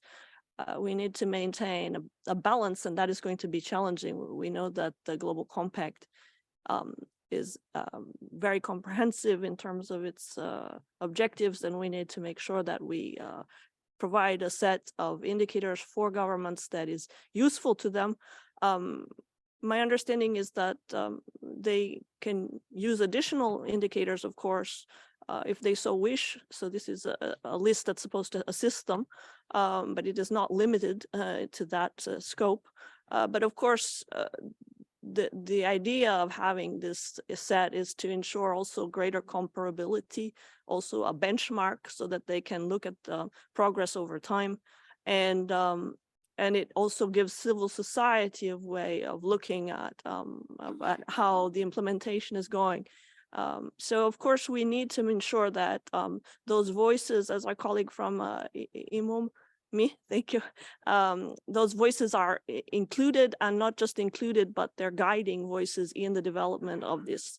And I think your points were excellent about the fact that we need to make sure that we're not just looking at processes, but really at outcomes. And I think that is, in fact, already quite central even to the SDG indicators, that it's looking already, some of the indicators are looking at human trafficking, migrant rights, in particular in relation to labor, but also remittance costs, costs of recruitment, and migration policies to make sure that migration is safe, orderly, and regular. So we can build on some of these existing indicators that have been already endorsed by the GA. So that gives us some traction too. But obviously we are just starting the process, so we need to work together to build something that we all feel is going to be useful. Thank you. Thanks, Claire. Thanks, colleagues. We are running a little bit late, and I know there's still a number of flags raised in the room and on the Zoom chat, which we are taking a note of, and we'll place a hold on. But may I suggest that we do take our coffee break now? We'll resume promptly at 12, and we'll continue with the other priority areas of the work plan.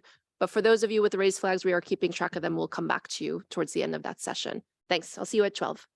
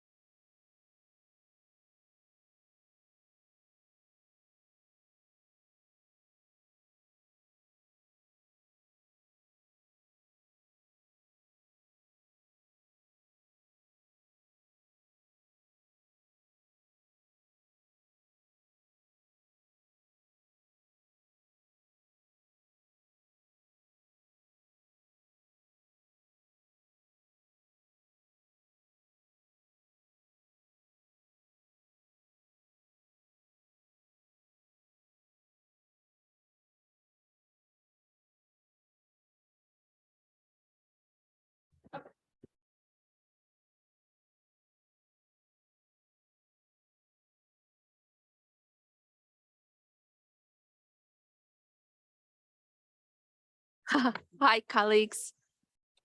Welcome back. I hope that was a refreshing coffee break for those of us here in Geneva. Thanks to all of those online for rejoining us again, and we'll resume this session on the key priorities, some of the key priorities in the network's draft work plan.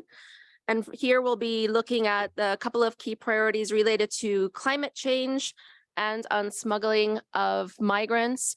So resuming that, let me give the floor right away to Ms. Michelle Layton, the Chief of the International Labor Migration Branch of ILO, to kickstart the conversation on climate change, the GCM, and the Paris Agreement. Michelle, please. Well, thanks very much. It's a pleasure to be here and to see so many colleagues, especially coming from far away.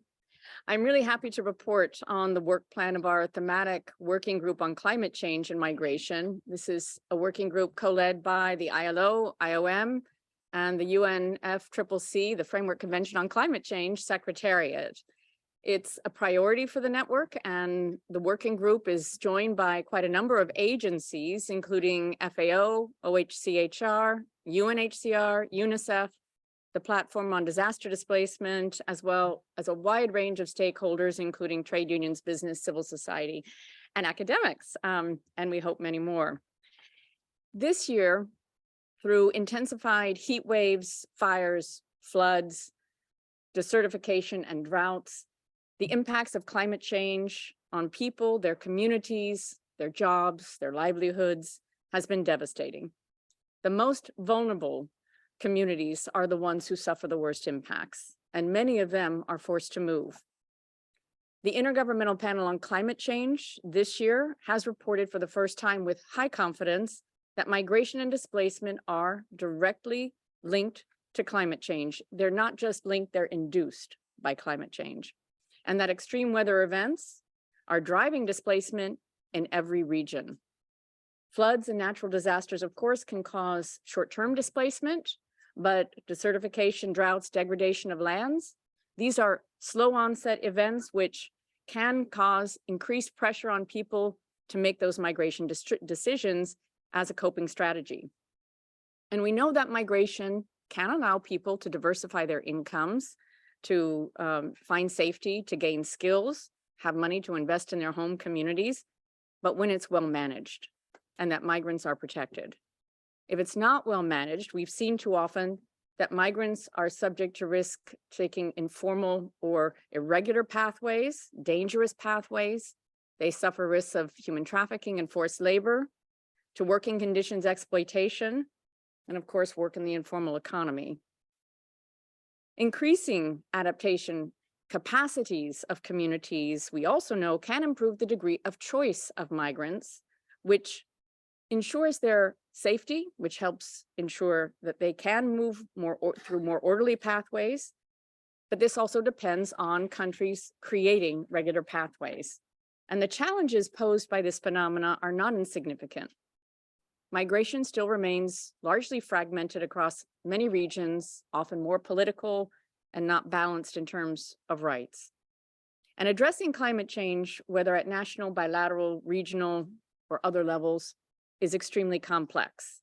It's a complex process that requires the coordination of multiple agencies in ministries, in countries, and stakeholders. But we know it can be done, it's being done, and it's being done more humanely. The initiatives presented by member states during the IMRF were a testament to how important this issue is, but also new initiatives and a new willingness to not only discuss the issues, but to take action.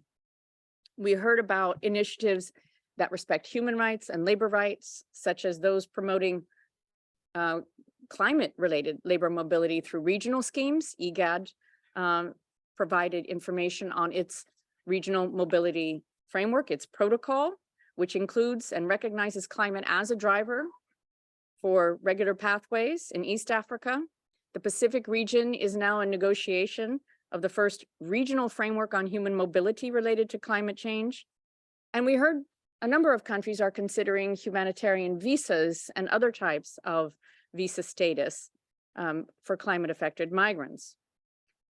The Progress Declaration also clarified that member states are making and committing to make greater efforts to create these regular pathways, including in response to labor market realities, by working across multilateral fora, including for ensuring optimizing education measures, right to family life, including for children, regularizing those in irregular situations, and stepping up to provide migrants more information, including on fair recruitment processes and on skills and living and working conditions that can help ensure protection.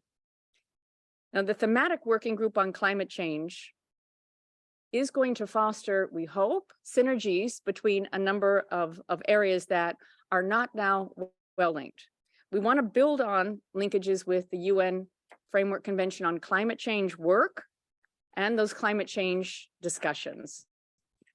This is important because the UN Framework Convention on Climate Change Task Force on Displacement has already provided recommendations and guidance on addressing mobility in the context of climate change in 2018. The task force is now led by Sweden, co-led by Sweden and Canada. There are other member states as part of the Warsaw International Mechanism, and there's UN expert agencies, ILO, UNHCR, IOM, PDD, among others. And this next couple of years, and certainly starting this year, we'll be developing technical guidance for member states on climate mobility that take much more detailed examination of the kinds of measures that should be taken. And we think this is really important to ensure synergies with the Global Compact. It's critical because so many of the groups working on migration versus the groups working on climate change are operating in silos. We don't have a lot of opportunity to come together. So we're going to be building these bridges, and we think that we can benefit from the knowledge sharing that comes with this kind of bridging of perspectives. And together we hope that we're going to close these gaps. The network not only facilitated some discussions already during the IMRF, but we will be doing that during the Conference of the Parties COP27 for the UN Framework Convention happening in Sharm el-Sheikh. And we hope that there will be a lot of issues discussed on protection of migrants, pathways that can be regular, links to GCM, and positive approaches related to just transition.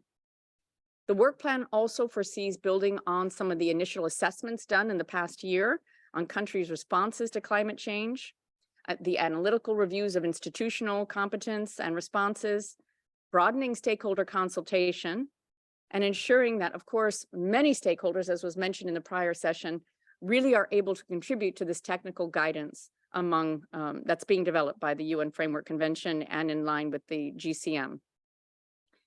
We think that this work will really help to ensure the Global Compact and the Paris Agreement are well linked. And we want to support further dialogues, including those that you may want to suggest here and elsewhere, but also with the Global Forum on Migration and Development.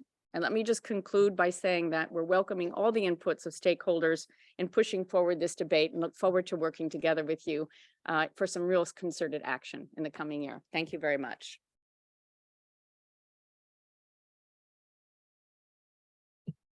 Thanks very much, Michelle. And let me turn the floor over right away to Mr. Shakirul Islam, a migrant activist and researcher and chair of OKUP from Bangladesh. Please.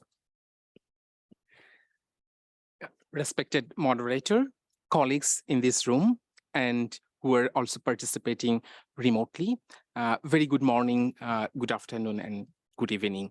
Thank you very much for the organizers for inviting me to this important meeting. And I'm honored to speak to you today about the struggles of the hundreds of thousands of people in the coastal areas in Bangladesh who suffer in every aspect of their daily lives because climate change has made surviving a huge challenge for them. By the way, my name is Shakirul Islam, and I'm representing a grassroots migrant organization named Obhibashi Kormi Unnayan Program, stands Migrant Workers Development Program.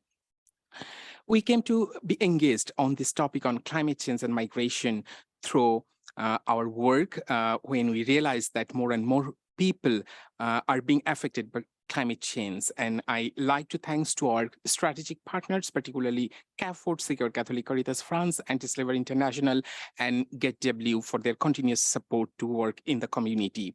I'll also be drawing on reflections from the Climate Migration and Displacement Platform, where we are the part of the steering group.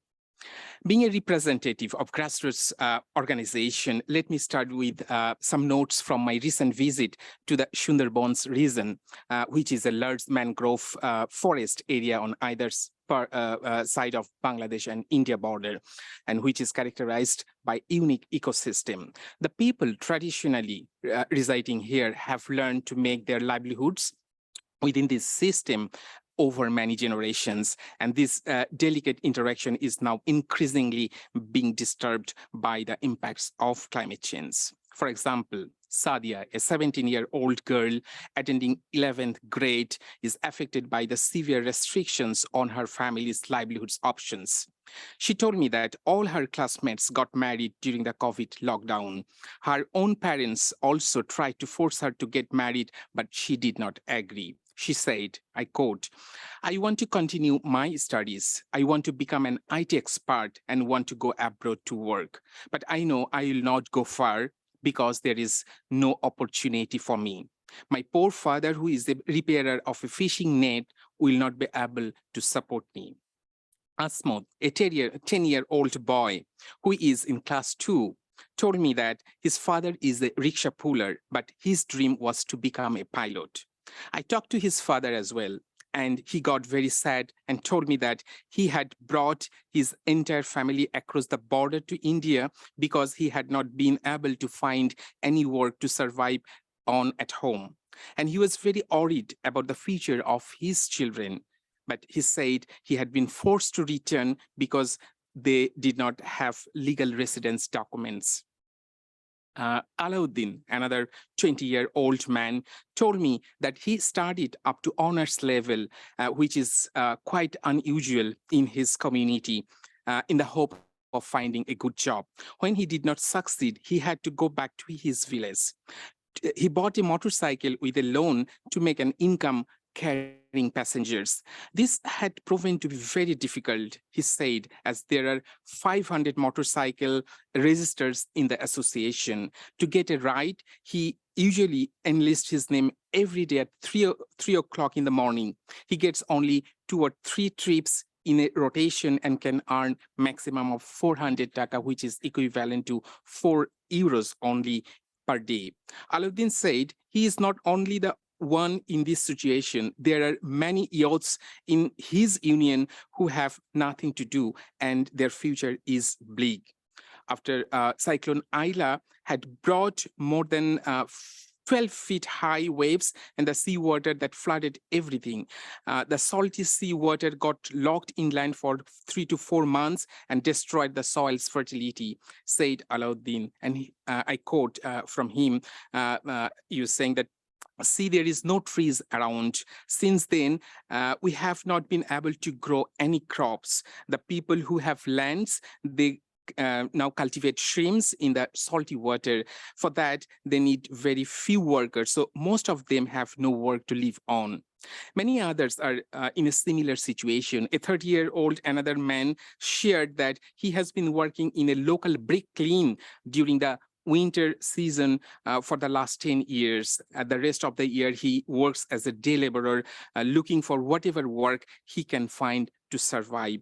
With a long sigh, he said, I quote, "I'm passing my life in this way, but I don't know how will my children survive." Do you know these people cook only one time a day and eat the same meal twice because they do not have enough fresh water to cook and drink? They often become sick from using salty pond water instead. Jahanara, a 40-year-old woman, told me that girls and women often seek skin diseases and sexual and reproductive health difficulties. And this is because of using salty pond water every day, but they have no other choice. I could share hundreds of such stories of people who are fighting for their survival every day. The impact of climate change on their lives and livelihoods is quite evident.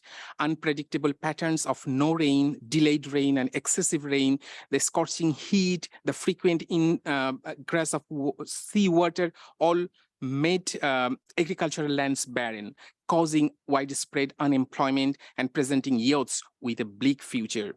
In such a context, people are being displaced from their habitual places of residence, migrating to find livelihoods and ending up in precarious situations, often involving trafficking, forced labor, and modern-day slavery. Others are not even able to consider migrating for lack of resources and because there are no official migration channels available to them. We also have seen many cases in other areas of Bangladesh where people migrate, lose all their investment, and come back to climate-affected areas with no support being available to them. As our research with returnees at grassroots level shown, such lack of support affects particularly migrant women who have to deal not only with the climate crisis, but also with persistent gender-based discrimination in the societies. May I ask you, what have these people done to contribute to the climate crisis? Do they use cars? Do they use air conditions, refrigerators, or any other modern appliances that emit carbon? Not at all.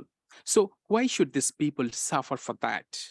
I want to say that the situation is not unique to Bangladesh only. Millions of people in the global south have been suffering the same fate. The Global Compact for Migration especially calls on governments to address adverse drivers of migration, including climate change in Objective 2, and to offer more pathways for regular migration in Objective 5. With specific commitments to respond to the needs of people compelled to move by sudden and slow onset disasters. Additional commitments under Objective 21 on return and sustainable reintegration are also relevant for those returning to climate-affected areas. We're happy to see that the UN Network on Migration is proposing to continue its work on these important issues in the new work plan. We hope that there will be sufficient space to enable the participation of civil society and migrants themselves, and that more efforts can be put into addressing regional specificities. The issue of regular pathways is crucial for addressing the impacts of climate change. It is the absence of such pathways that force people in areas like the Sundarbans into dangerous migration channels or trap them in poverty and hopelessness. Therefore, we would like to see this topic linked up better in the work plan to combine different aspects of regular pathways in different working groups. Finally, I like to emphasize on the need for the network to become more proactive at the regional and national level and to include climate change in work plans, particularly in climate vulnerable countries. The network also should use its influence to create a space, I repeat, to create more space for affected communities in the political processes and to ensure their meaningful participation in decision-making that is affecting them. This is especially true for GCM champion countries like Bangladesh, who should be at the forefront of human rights-based, gender-responsive whole of society implementation in line with the GCM guiding principles. I will end here. Thank you very much for listening to me.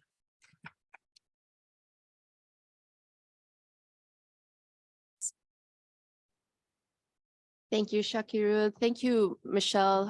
Michelle, for outlining for us some of the network's thinking on the process going forward as we undertake this key thematic priority in the work plan, and also linking more with other fora, with the COP that's going on next month, with the PDD, working with member states on this.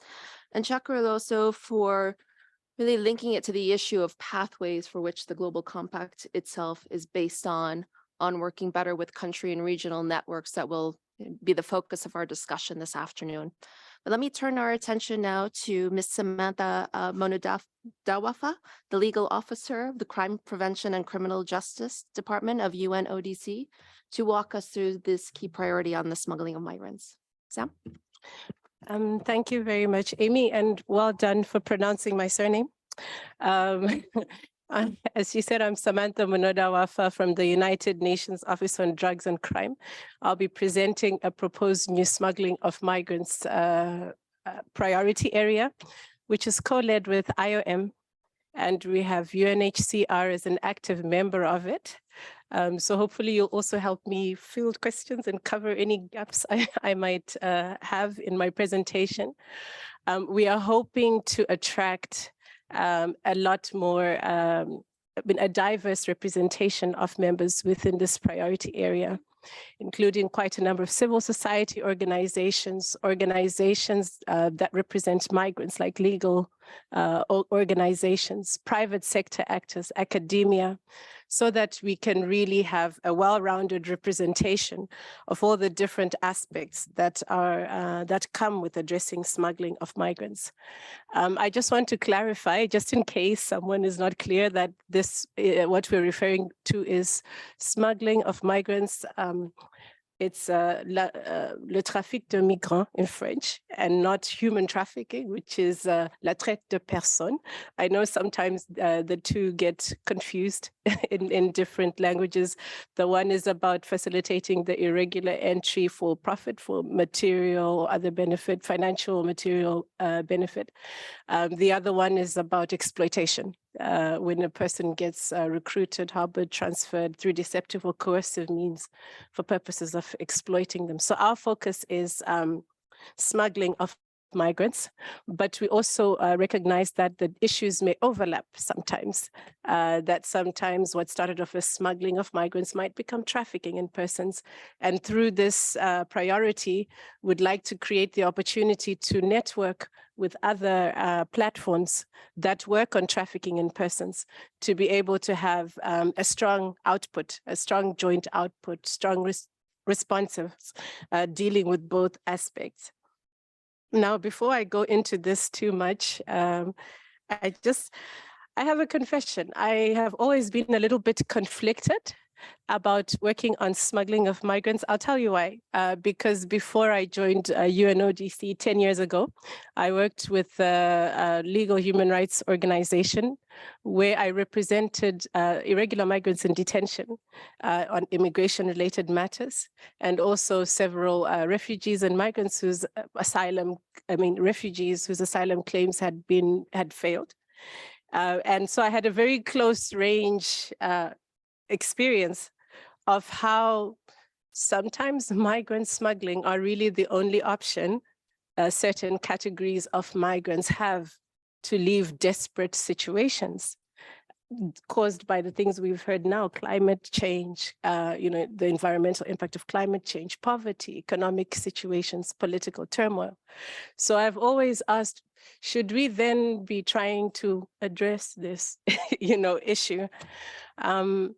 And now, yes, is the answer. If we do it in a way that puts the rights of the migrants at the fore, and in a way that does not block channels for internationally protected groups to be able to access safety.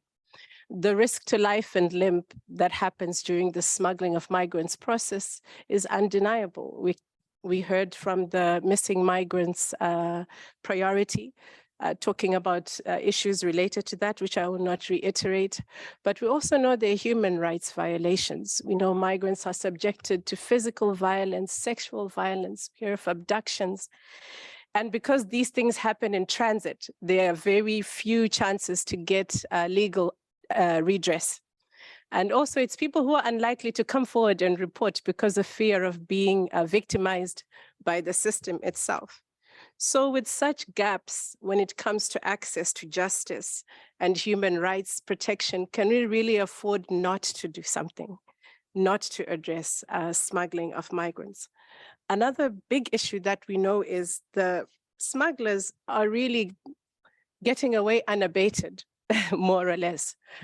We are aware that from about 2016, the Global Report on Smuggling of Migrants reported that about an estimated 2.5 million migrants were smuggled globally. The money made by smugglers was between $5.5 to $7 billion. Yet conversely, in practice, it's not the ones that are making money who are getting punished. It's the low-level actors, maybe sometimes even the unfortunate migrant who might be coerced to drive the vessel that is used in smuggling of migrants, or even if they do it as in-kind payment for their own smuggling, but they're not connected with the organized criminal group. They didn't make all these billions of money, but they are the ones that are the majority that are being the focus of investigations and prosecution. What was really encouraging for me about this year's International Migration Review Forum, in paragraph 61, they had a specific reference to smuggling of migrants. If people have sat in smuggling of migrants, intergovernmental, multi-stakeholder platforms before, you'd see that the wording there is very progressive.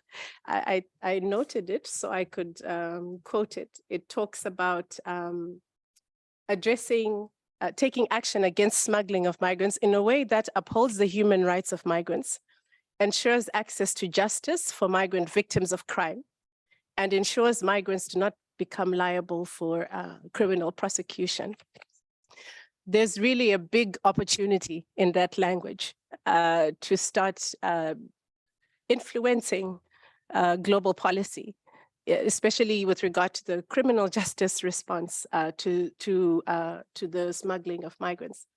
There were also 47 out of 173 pledges of the IMRF that specifically dealt with migrant smuggling, showing how this issue is of importance to many states and many stakeholders of the forum. The value proposition of this new priority is really to contribute to the policy discourse, as mentioned, of what it means to respect, protect, promote the rights of smuggled migrants. So dealing with issues around access to justice, non-liability for criminal prosecution. What does a rights-based approach to migrant smuggling, for example, mean? It's also an opportunity to provide guidance on the complexities that make it so difficult for criminal justice institutions to get to the bottom of organized crime. We know that smugglers are always evolving using different modus operandi. There's the issue of illicit financial flows crossing borders. There's technology that affects it. International cooperation is a nightmare. So this is an opportunity to be able to provide technical guidance to assist interventions on the ground to combat migrant smuggling. It would also cover an existing gap in this kind of interagency, multi-stakeholder coordination in responding to smuggling of migrants. With trafficking in persons, it's really great how much coordination there is.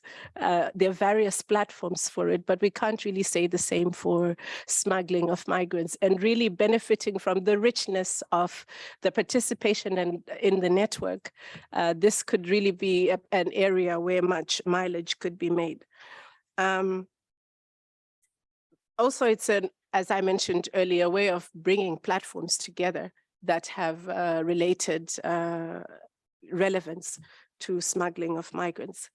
Now, having said all of this, just to say that the priority is not overly ambitious. We don't think in 2 years we would have ended smuggling of migrants or solved all the challenges relating to it. But we are hoping that through jointly prioritizing with stakeholders and members of the network, we could identify some key in a targeted way, identify some policy guidance that we'd like to focus on, high impact, over a period of 2 years, and some policy discussions and exchanges would like to facilitate, including with member states, towards just having a more human rights compliant counter-migrant smuggling response. So I'd like to invite you all to engage with the goals of this overall priority. I thank you very much for the opportunity, Amy.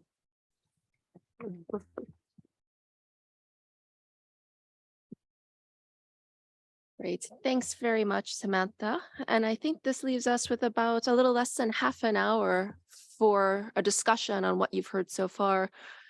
So we've heard in this session this morning, colleagues talking about the priorities on climate change, on smuggling of migrants, on the humanitarian work and missing migrants, and on the indicators work. But as you know, in the draft work plan, there's a number of other priorities that are outlined there, and these are also open for discussion. The work on returns and on remittances, on bilateral labor mobility, agreements about pathways for migrants in vulnerable situations, alternatives to detention, the anti-discrimination work, looking through the race and gender lens, on preparing for future health emergencies, on migrants integration, and on capacity building support. But I think it's important to not look at these as separate parts. And I think the panelists so far this morning have really made the connection that these are all intersecting parts. We look at this through an intersectional lens, through the network, through our partnerships with you, through the different platforms that exist that are already doing some of this work, but also as a reminder that we're doing this work for the improvement of the lives of migrants and their communities, that to address and support the protection and dignity of people in their communities means that you do not take a solitary or unitary approach to providing assistance, but one that's based on partnership and on many approaches. So I'll now open the floor again to colleagues here in the room and on the Zoom chat, reminding also that there is opportunity to comment on the work plan on the Migration Network Hub's discussion space that it's dedicated to it. But let me start here in the room, and I'll give first to my colleague from IFAD, Mauro, please. I hope you can hear me. So thank you. It's very nice to see you all here in person again after too many virtual meetings. So many thanks for this, and also many thanks to the UN Migration Network Secretariat to organize this. I just have two comments. One is general on the draft work plan, and the other one is more specific on the previous session related to the work stream on GCM indicators. So to Claire and you and Deza. First of all, we are very pleased to see in the new draft of the work plan a new work stream on remittances, as per our suggestion. We can maybe revisit a bit the title, but in the meantime, we are happy to lead, and we invite all other interested members of the network to join. Linked to these, and to some extent to the UNDP right concerns about a possible unlimited number of indicators in the work stream on GCM indicators, IFAD would like to join that work stream, and also would like to suggest to include some indicators or a few indicators on remittances if possible. So just to take note about that. In Objective 20 on remittances, there are in fact 9. At that time, if I'm not wrong, they used to call them measurable actions that go far beyond the sole SDG target 10.0 remittances cost. And we believe it is important to monitor their advancement over the next 2 years. In this regard, as you probably know, IFAD is the main organizer of the Global Forum on Remittances, Investment and Development, which is indicated in GCM Objective 20 on remittances as the platform to build and strengthen partnership on remittances.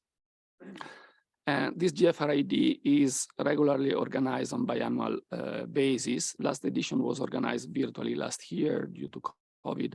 Next GFRID summit will take place in June next year, 2023, finger crossed.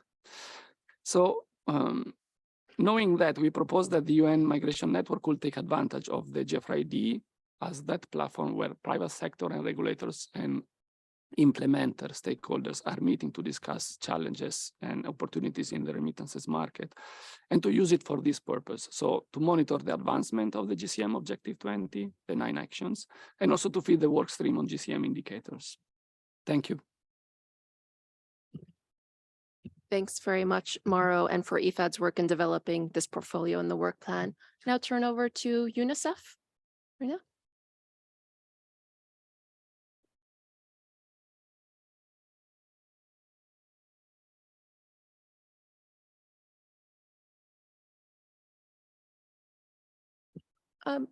I think your microphone isn't on.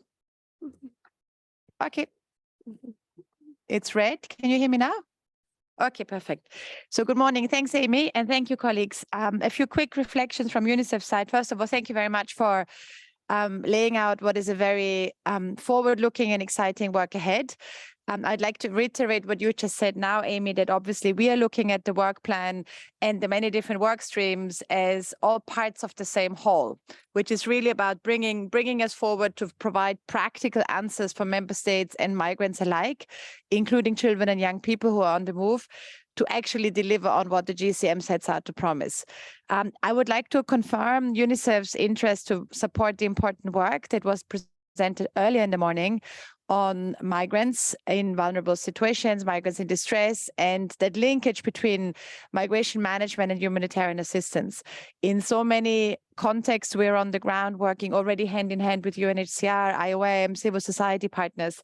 And given that 1 in 3 migrants is under 30 and so many children are on the road as we speak, this is an important work and we look forward to working with partners on it.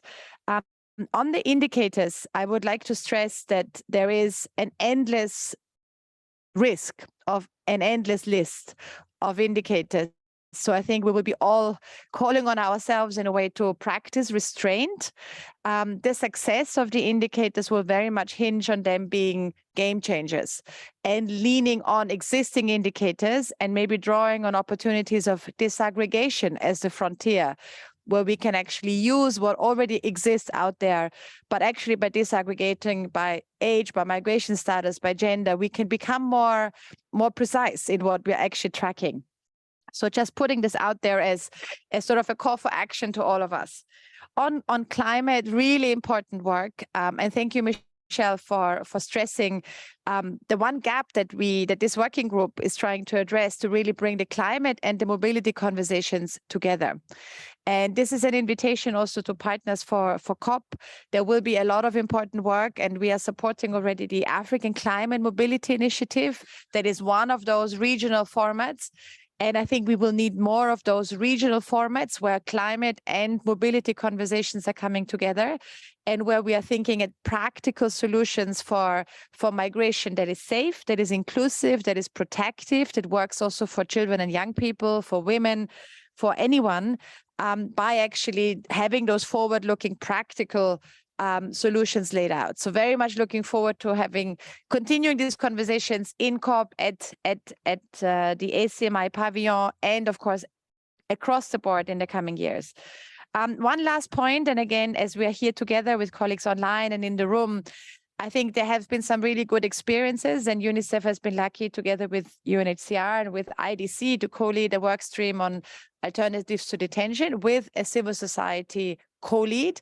And so just really encouraging civil society partners, including youth partners, to take the opportunity and grab initiative and signal where they want to co-lead on work streams. I think the more diverse, the more inclusive the working groups are, and the more also UN agencies give space, I think the better the outcomes. Thank you. Thanks, Verena. And if I might now give the floor to my colleague from the Global Research Forum on Diaspora and Transnationalism. Amy, Patty Sianga-Knudsen from the Global Research Forum on Diaspora and Transnationalism. And thank you again to the United Nations Network on Migration for having us here, and I think for listening in to the panelists. I was also just thinking how it's interesting that, you know, we talked about the monitoring before we looked at some of the thematic issues that we've listened to now. And I think I'm quite happy that I've had to make my comments now. Thinking a little bit about some of the real life issues that panelists have laid out to us, from climate change, smuggling, and other spaces as well. And also thinking a little bit more about the root causes makes us also ask ourselves, why are we monitoring and who are we monitoring? I think this question remains very important for us at GRFDT when we talk about having a robust monitoring framework. So we do know, and obviously that's the big argument, particularly when we talk to member states, that that the GCM is non-binding. But we also know that it needs political will for us to see some of the challenges that have been outlined today really being addressed. So, you know, the big elephant in the room is obviously political will that comes all the way to not just the adoption of the GCM, but also the monitoring framework itself. And so, you know, many thanks, for instance, to Claire in kind of unpacking what that monitoring looks like. It's a huge undertaking, and I think we shouldn't really be kidding ourselves in the nature of not just putting a framework together, but what that really says at the national level. And I just wanted to bring in a few comments there, knowing, I mean, for us at GRFDT, we've worked with various partners sort of supporting the socialization of the GCM in a very practical sense, unpacking those objectives, what they really look like, as far as also providing free training to various stakeholders. And we remain committed to continue working within this framework as well in supporting the work around the GCM. But I think what has really come out today is sort of these issues that are related to monitoring. When we talk about why we do it, how serious we are, I mean, how serious are we really in terms of that whole of government and that whole of society approach towards some kind of collective accountability towards the GCM. I think we also need to be talking about who is determining the agenda for the indicators. I mean, when we talk about game changers, it's really interesting that we really also need to be looking at diversity in the issues, diversity in regions, diversity that we have among actors, and of course the elephant in the room, the diversity in the political will, and what that would really spell out in terms of a monitoring that really would give results that will recycle back into programming, into policy. We also think that this so-called guidance that will come from this global space would need to be methodically and kind of in a way take into consideration what that national level would look like. Monitoring will take place, should be taking place really at that national level, because this is where we see policies in action. So we think that that political will again and again, but at the same time also looking at the capacities that you have at that national level when we talk about data collection, when we also talk about what processes would look like. I think we can borrow from other global monitoring platforms or processes as well that are happening. And so we need, I think, to also be very mindful, for instance, of what we're learning from the SDG monitoring challenges that we're seeing in various countries coming out of that. So we're not really borrowing bad ideas, as one would say. I also think that it's important that as we are prioritizing on, obviously we have to be very pragmatic on what we can monitor, but this sort of the hand again remains in the pen remains in the hands of member states. And of course, even with national prioritization plans, we have seen a very drastic move to cherry picking approach. So how do we really prioritize? Who is prioritizing? And that I think also speaks to the monitoring space, but also speaks a bit more to the inclusive method of those who would be engaged at that national level. So not just looking at, you know, who is engaged through the working groups at that global level, but also who is engaged in terms of setting up that kind of a similar type of space that's looked at on as part of these meetings, for instance. So mirroring that down so that the monitoring really does speak to some of the issues that have been that are being addressed. But I think also lastly to say, and I wanted to borrow from the brother that had shared from sitting in Greece, from Ivory Coast, talking about the diversity of actors, I think, that are there, and us listening in very cleanly to the voices so that we can be dealing with the monitoring from a more root causes base. Thank you. Thanks very much, Patty. Let me turn to our colleagues who are joining us on Zoom and give the floor over to Sarah Al-Kitab from the Solidarity Center in Jordan.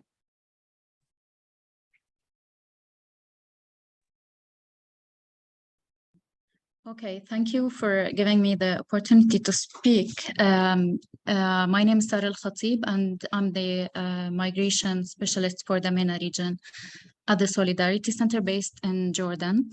With regard to climate change and environmental and natural disasters are issues that intersect with migration, especially labor migration, as one of the forced migration drivers, whether internal or external migration, which forces individuals to leave their homes forcibly and reduces their access to services and basic needs such as water, food, education, etc.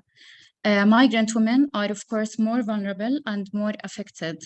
Climate change is also one of the risks that threaten the conditions of occupational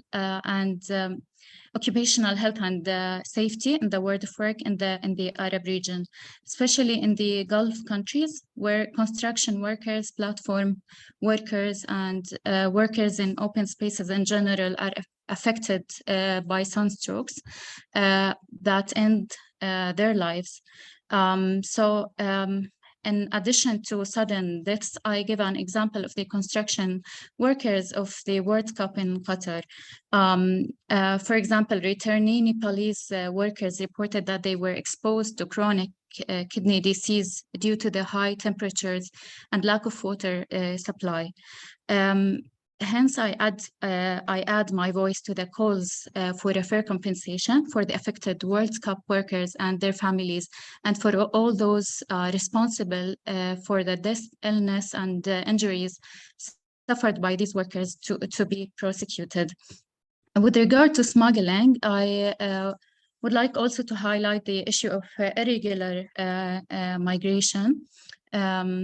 So for irregular migrants and refugees, they still face refusal to enter European countries from the MENA region, and they remain stuck at the borders and in the forests in brutal and humiliating conditions without access to humanitarian services, and they become subject of conflicts between bordering countries.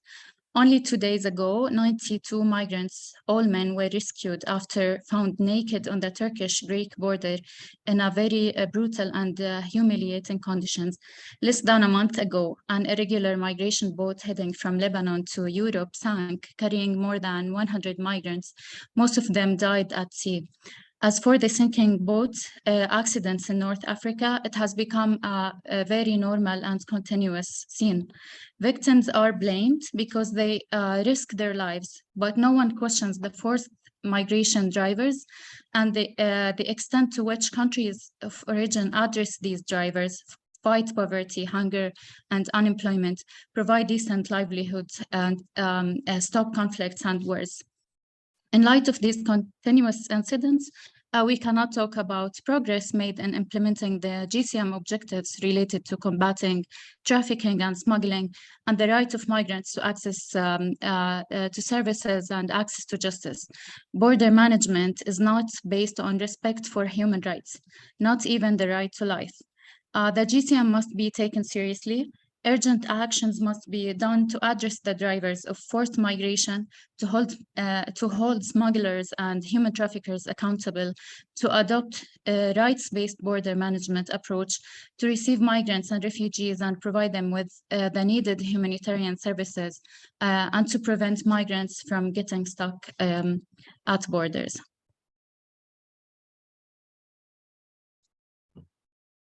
Thank you, Sarah. I now give the floor on Zoom to Ray Assis from the Asia Pacific Center for Migrants in Hong Kong. Ray, you have the floor. Thank you, Madam Chair. Good evening from Asia. As we discuss work plans and ways forward in ensuring GCM implementation, migrant workers continue to experience vulnerabilities. Somewhere in Asia, crackdown on undocumented migrant workers was already announced by the government. Migrant farm workers continue to receive subhuman wages and experience precarious work conditions. And migrant workers, immigrants, and refugees were affected greatly by the floods that hit places in Australia, the US, and many parts of Asia.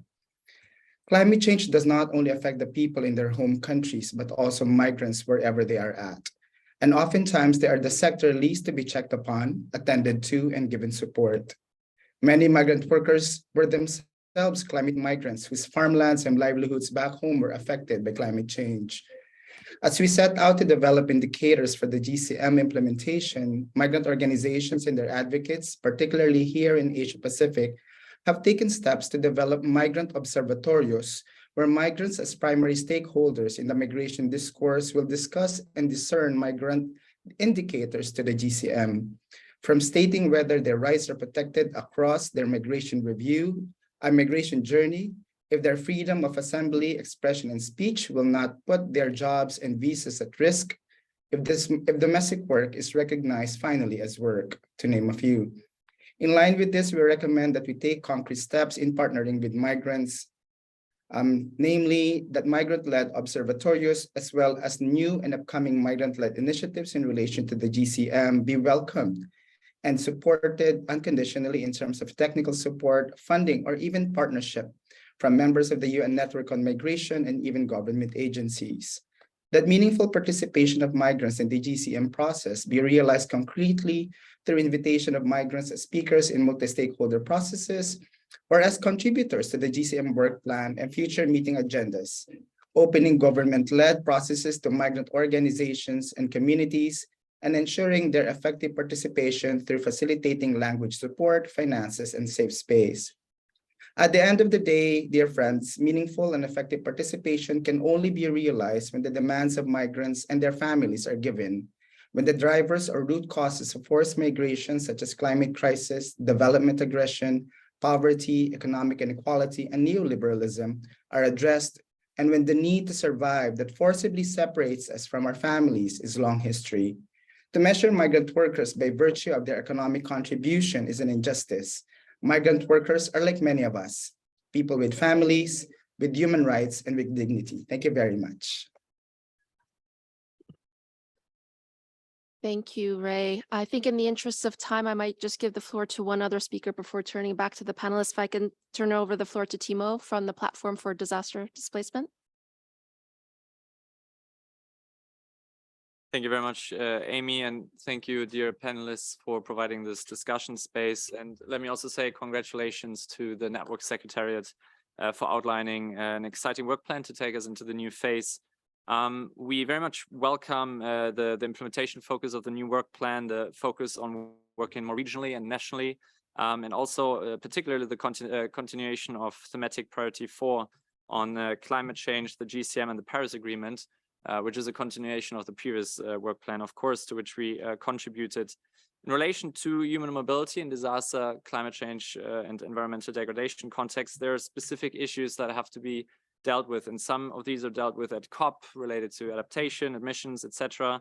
Some are also related to other policy processes like Sendai on preparedness, for example, but there is a specific issue related to regular pathways, which is relatively unique to the GCM, and we very much welcome also the discussion raised by Michelle on pathways. Let me just recall that the Progress Declaration, paragraph 24, recognized the limits of enhancing regular pathways. So we, looking forward, we need to build on the existing guidance that we already have, and there are 2 points. One, building on the existing guidance on regular migration pathways developed under thematic priority 3. We would very much welcome this, particularly as we move towards this implementation focus that the network outlined. And second, since this is not an isolated issue, isolated to labor, climate, family, to also mainstream the issue of regular migration pathways more broadly through the network work plan and look at it comprehensively in line with the 360 migration approach of the GCM.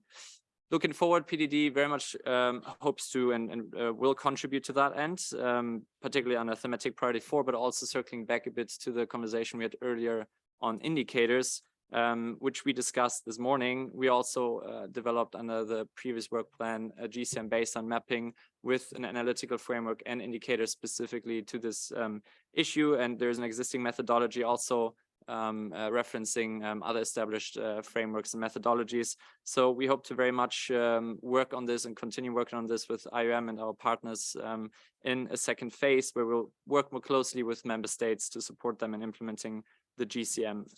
So with that, thank you very much, and we look forward to working. Thanks very much, Timo. I might turn it very quickly over to our panelists to respond. Michelle, please. Thanks very much, and appreciate all the comments, especially those on migrant women workers and their voices and the impact of climate change, but certainly across all the issues we've raised, and Verina's comment on children and families. And thanks, Timo, to your comment explaining a little bit more about what you're doing, and maybe Sanzana will also have a chance to come in. So we really do hope that we hear from you and have more of your voices on the content of the work plan. We're looking forward to that. And there was a link posted in the website. So thank you very much, Amy. And I will have to leave, so please forgive me now, but my colleagues are here. Paul at the back can answer any questions. Thanks so much.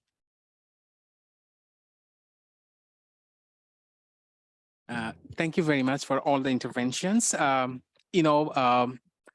My overall remarks is that we really need to have collaboration, especially if we want to work on implementation of the work plan that the UN Network on Migration has adopted, because I know that there are several working groups, so it's really important to come together, all the working groups, to address the climate change issues and migration.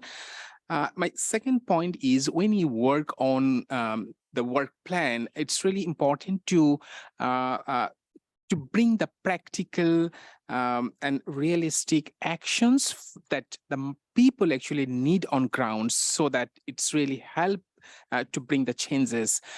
And the third point is, we really need to work at regional and national level, particularly the national government, because the ultimate implementer of the actions, the action plan, is the national government. So we really need the UN network on migration. We closely work on the government and with the government, and also it's important that the UN network bring the civil society organizations, the affected communities in a more participatory, realistic and participatory and meaningful way, so that the voices are really reflected and the actions are based on the needs of the people on ground. So thank you very much. Thanks, Amy. With your permission, I want to give the last word to our co-lead IOM, Julian. Sorry, she was talking about Paul. Sorry, Julian, please go ahead.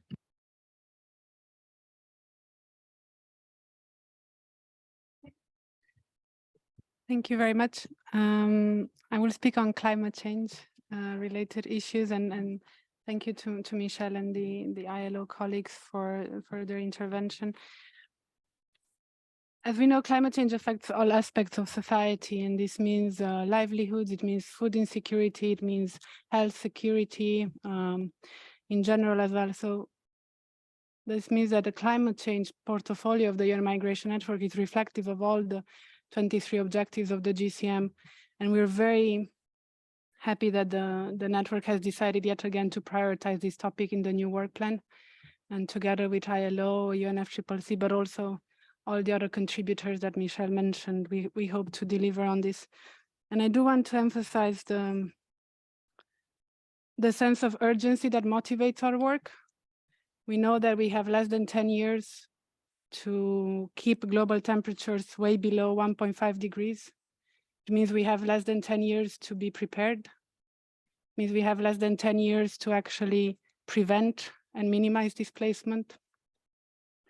And this is also what motivated the shift in our second work plan of the Migration Network to operational support to member states, to partners, building on all the knowledge products that we have done in the first work plan, but also that were done in the last 30 years of work on this topic, not least in the context of the Task Force on Displacement, which many of the actors in this room and in the network contribute to as well. We do have to continue the global and regional policy discussions, absolutely.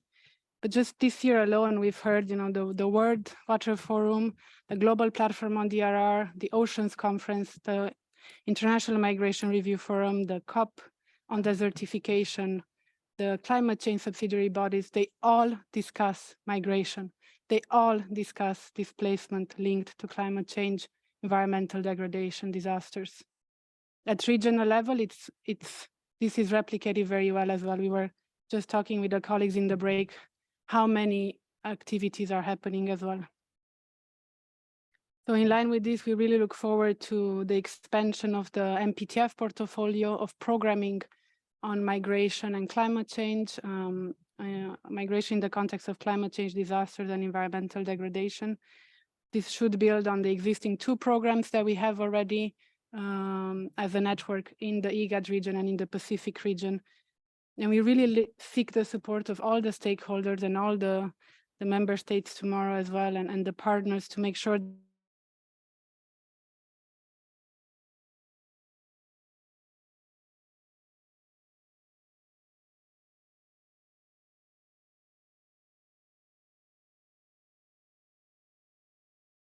on common goals, which, as we know, it's a prerequisite for any climate action.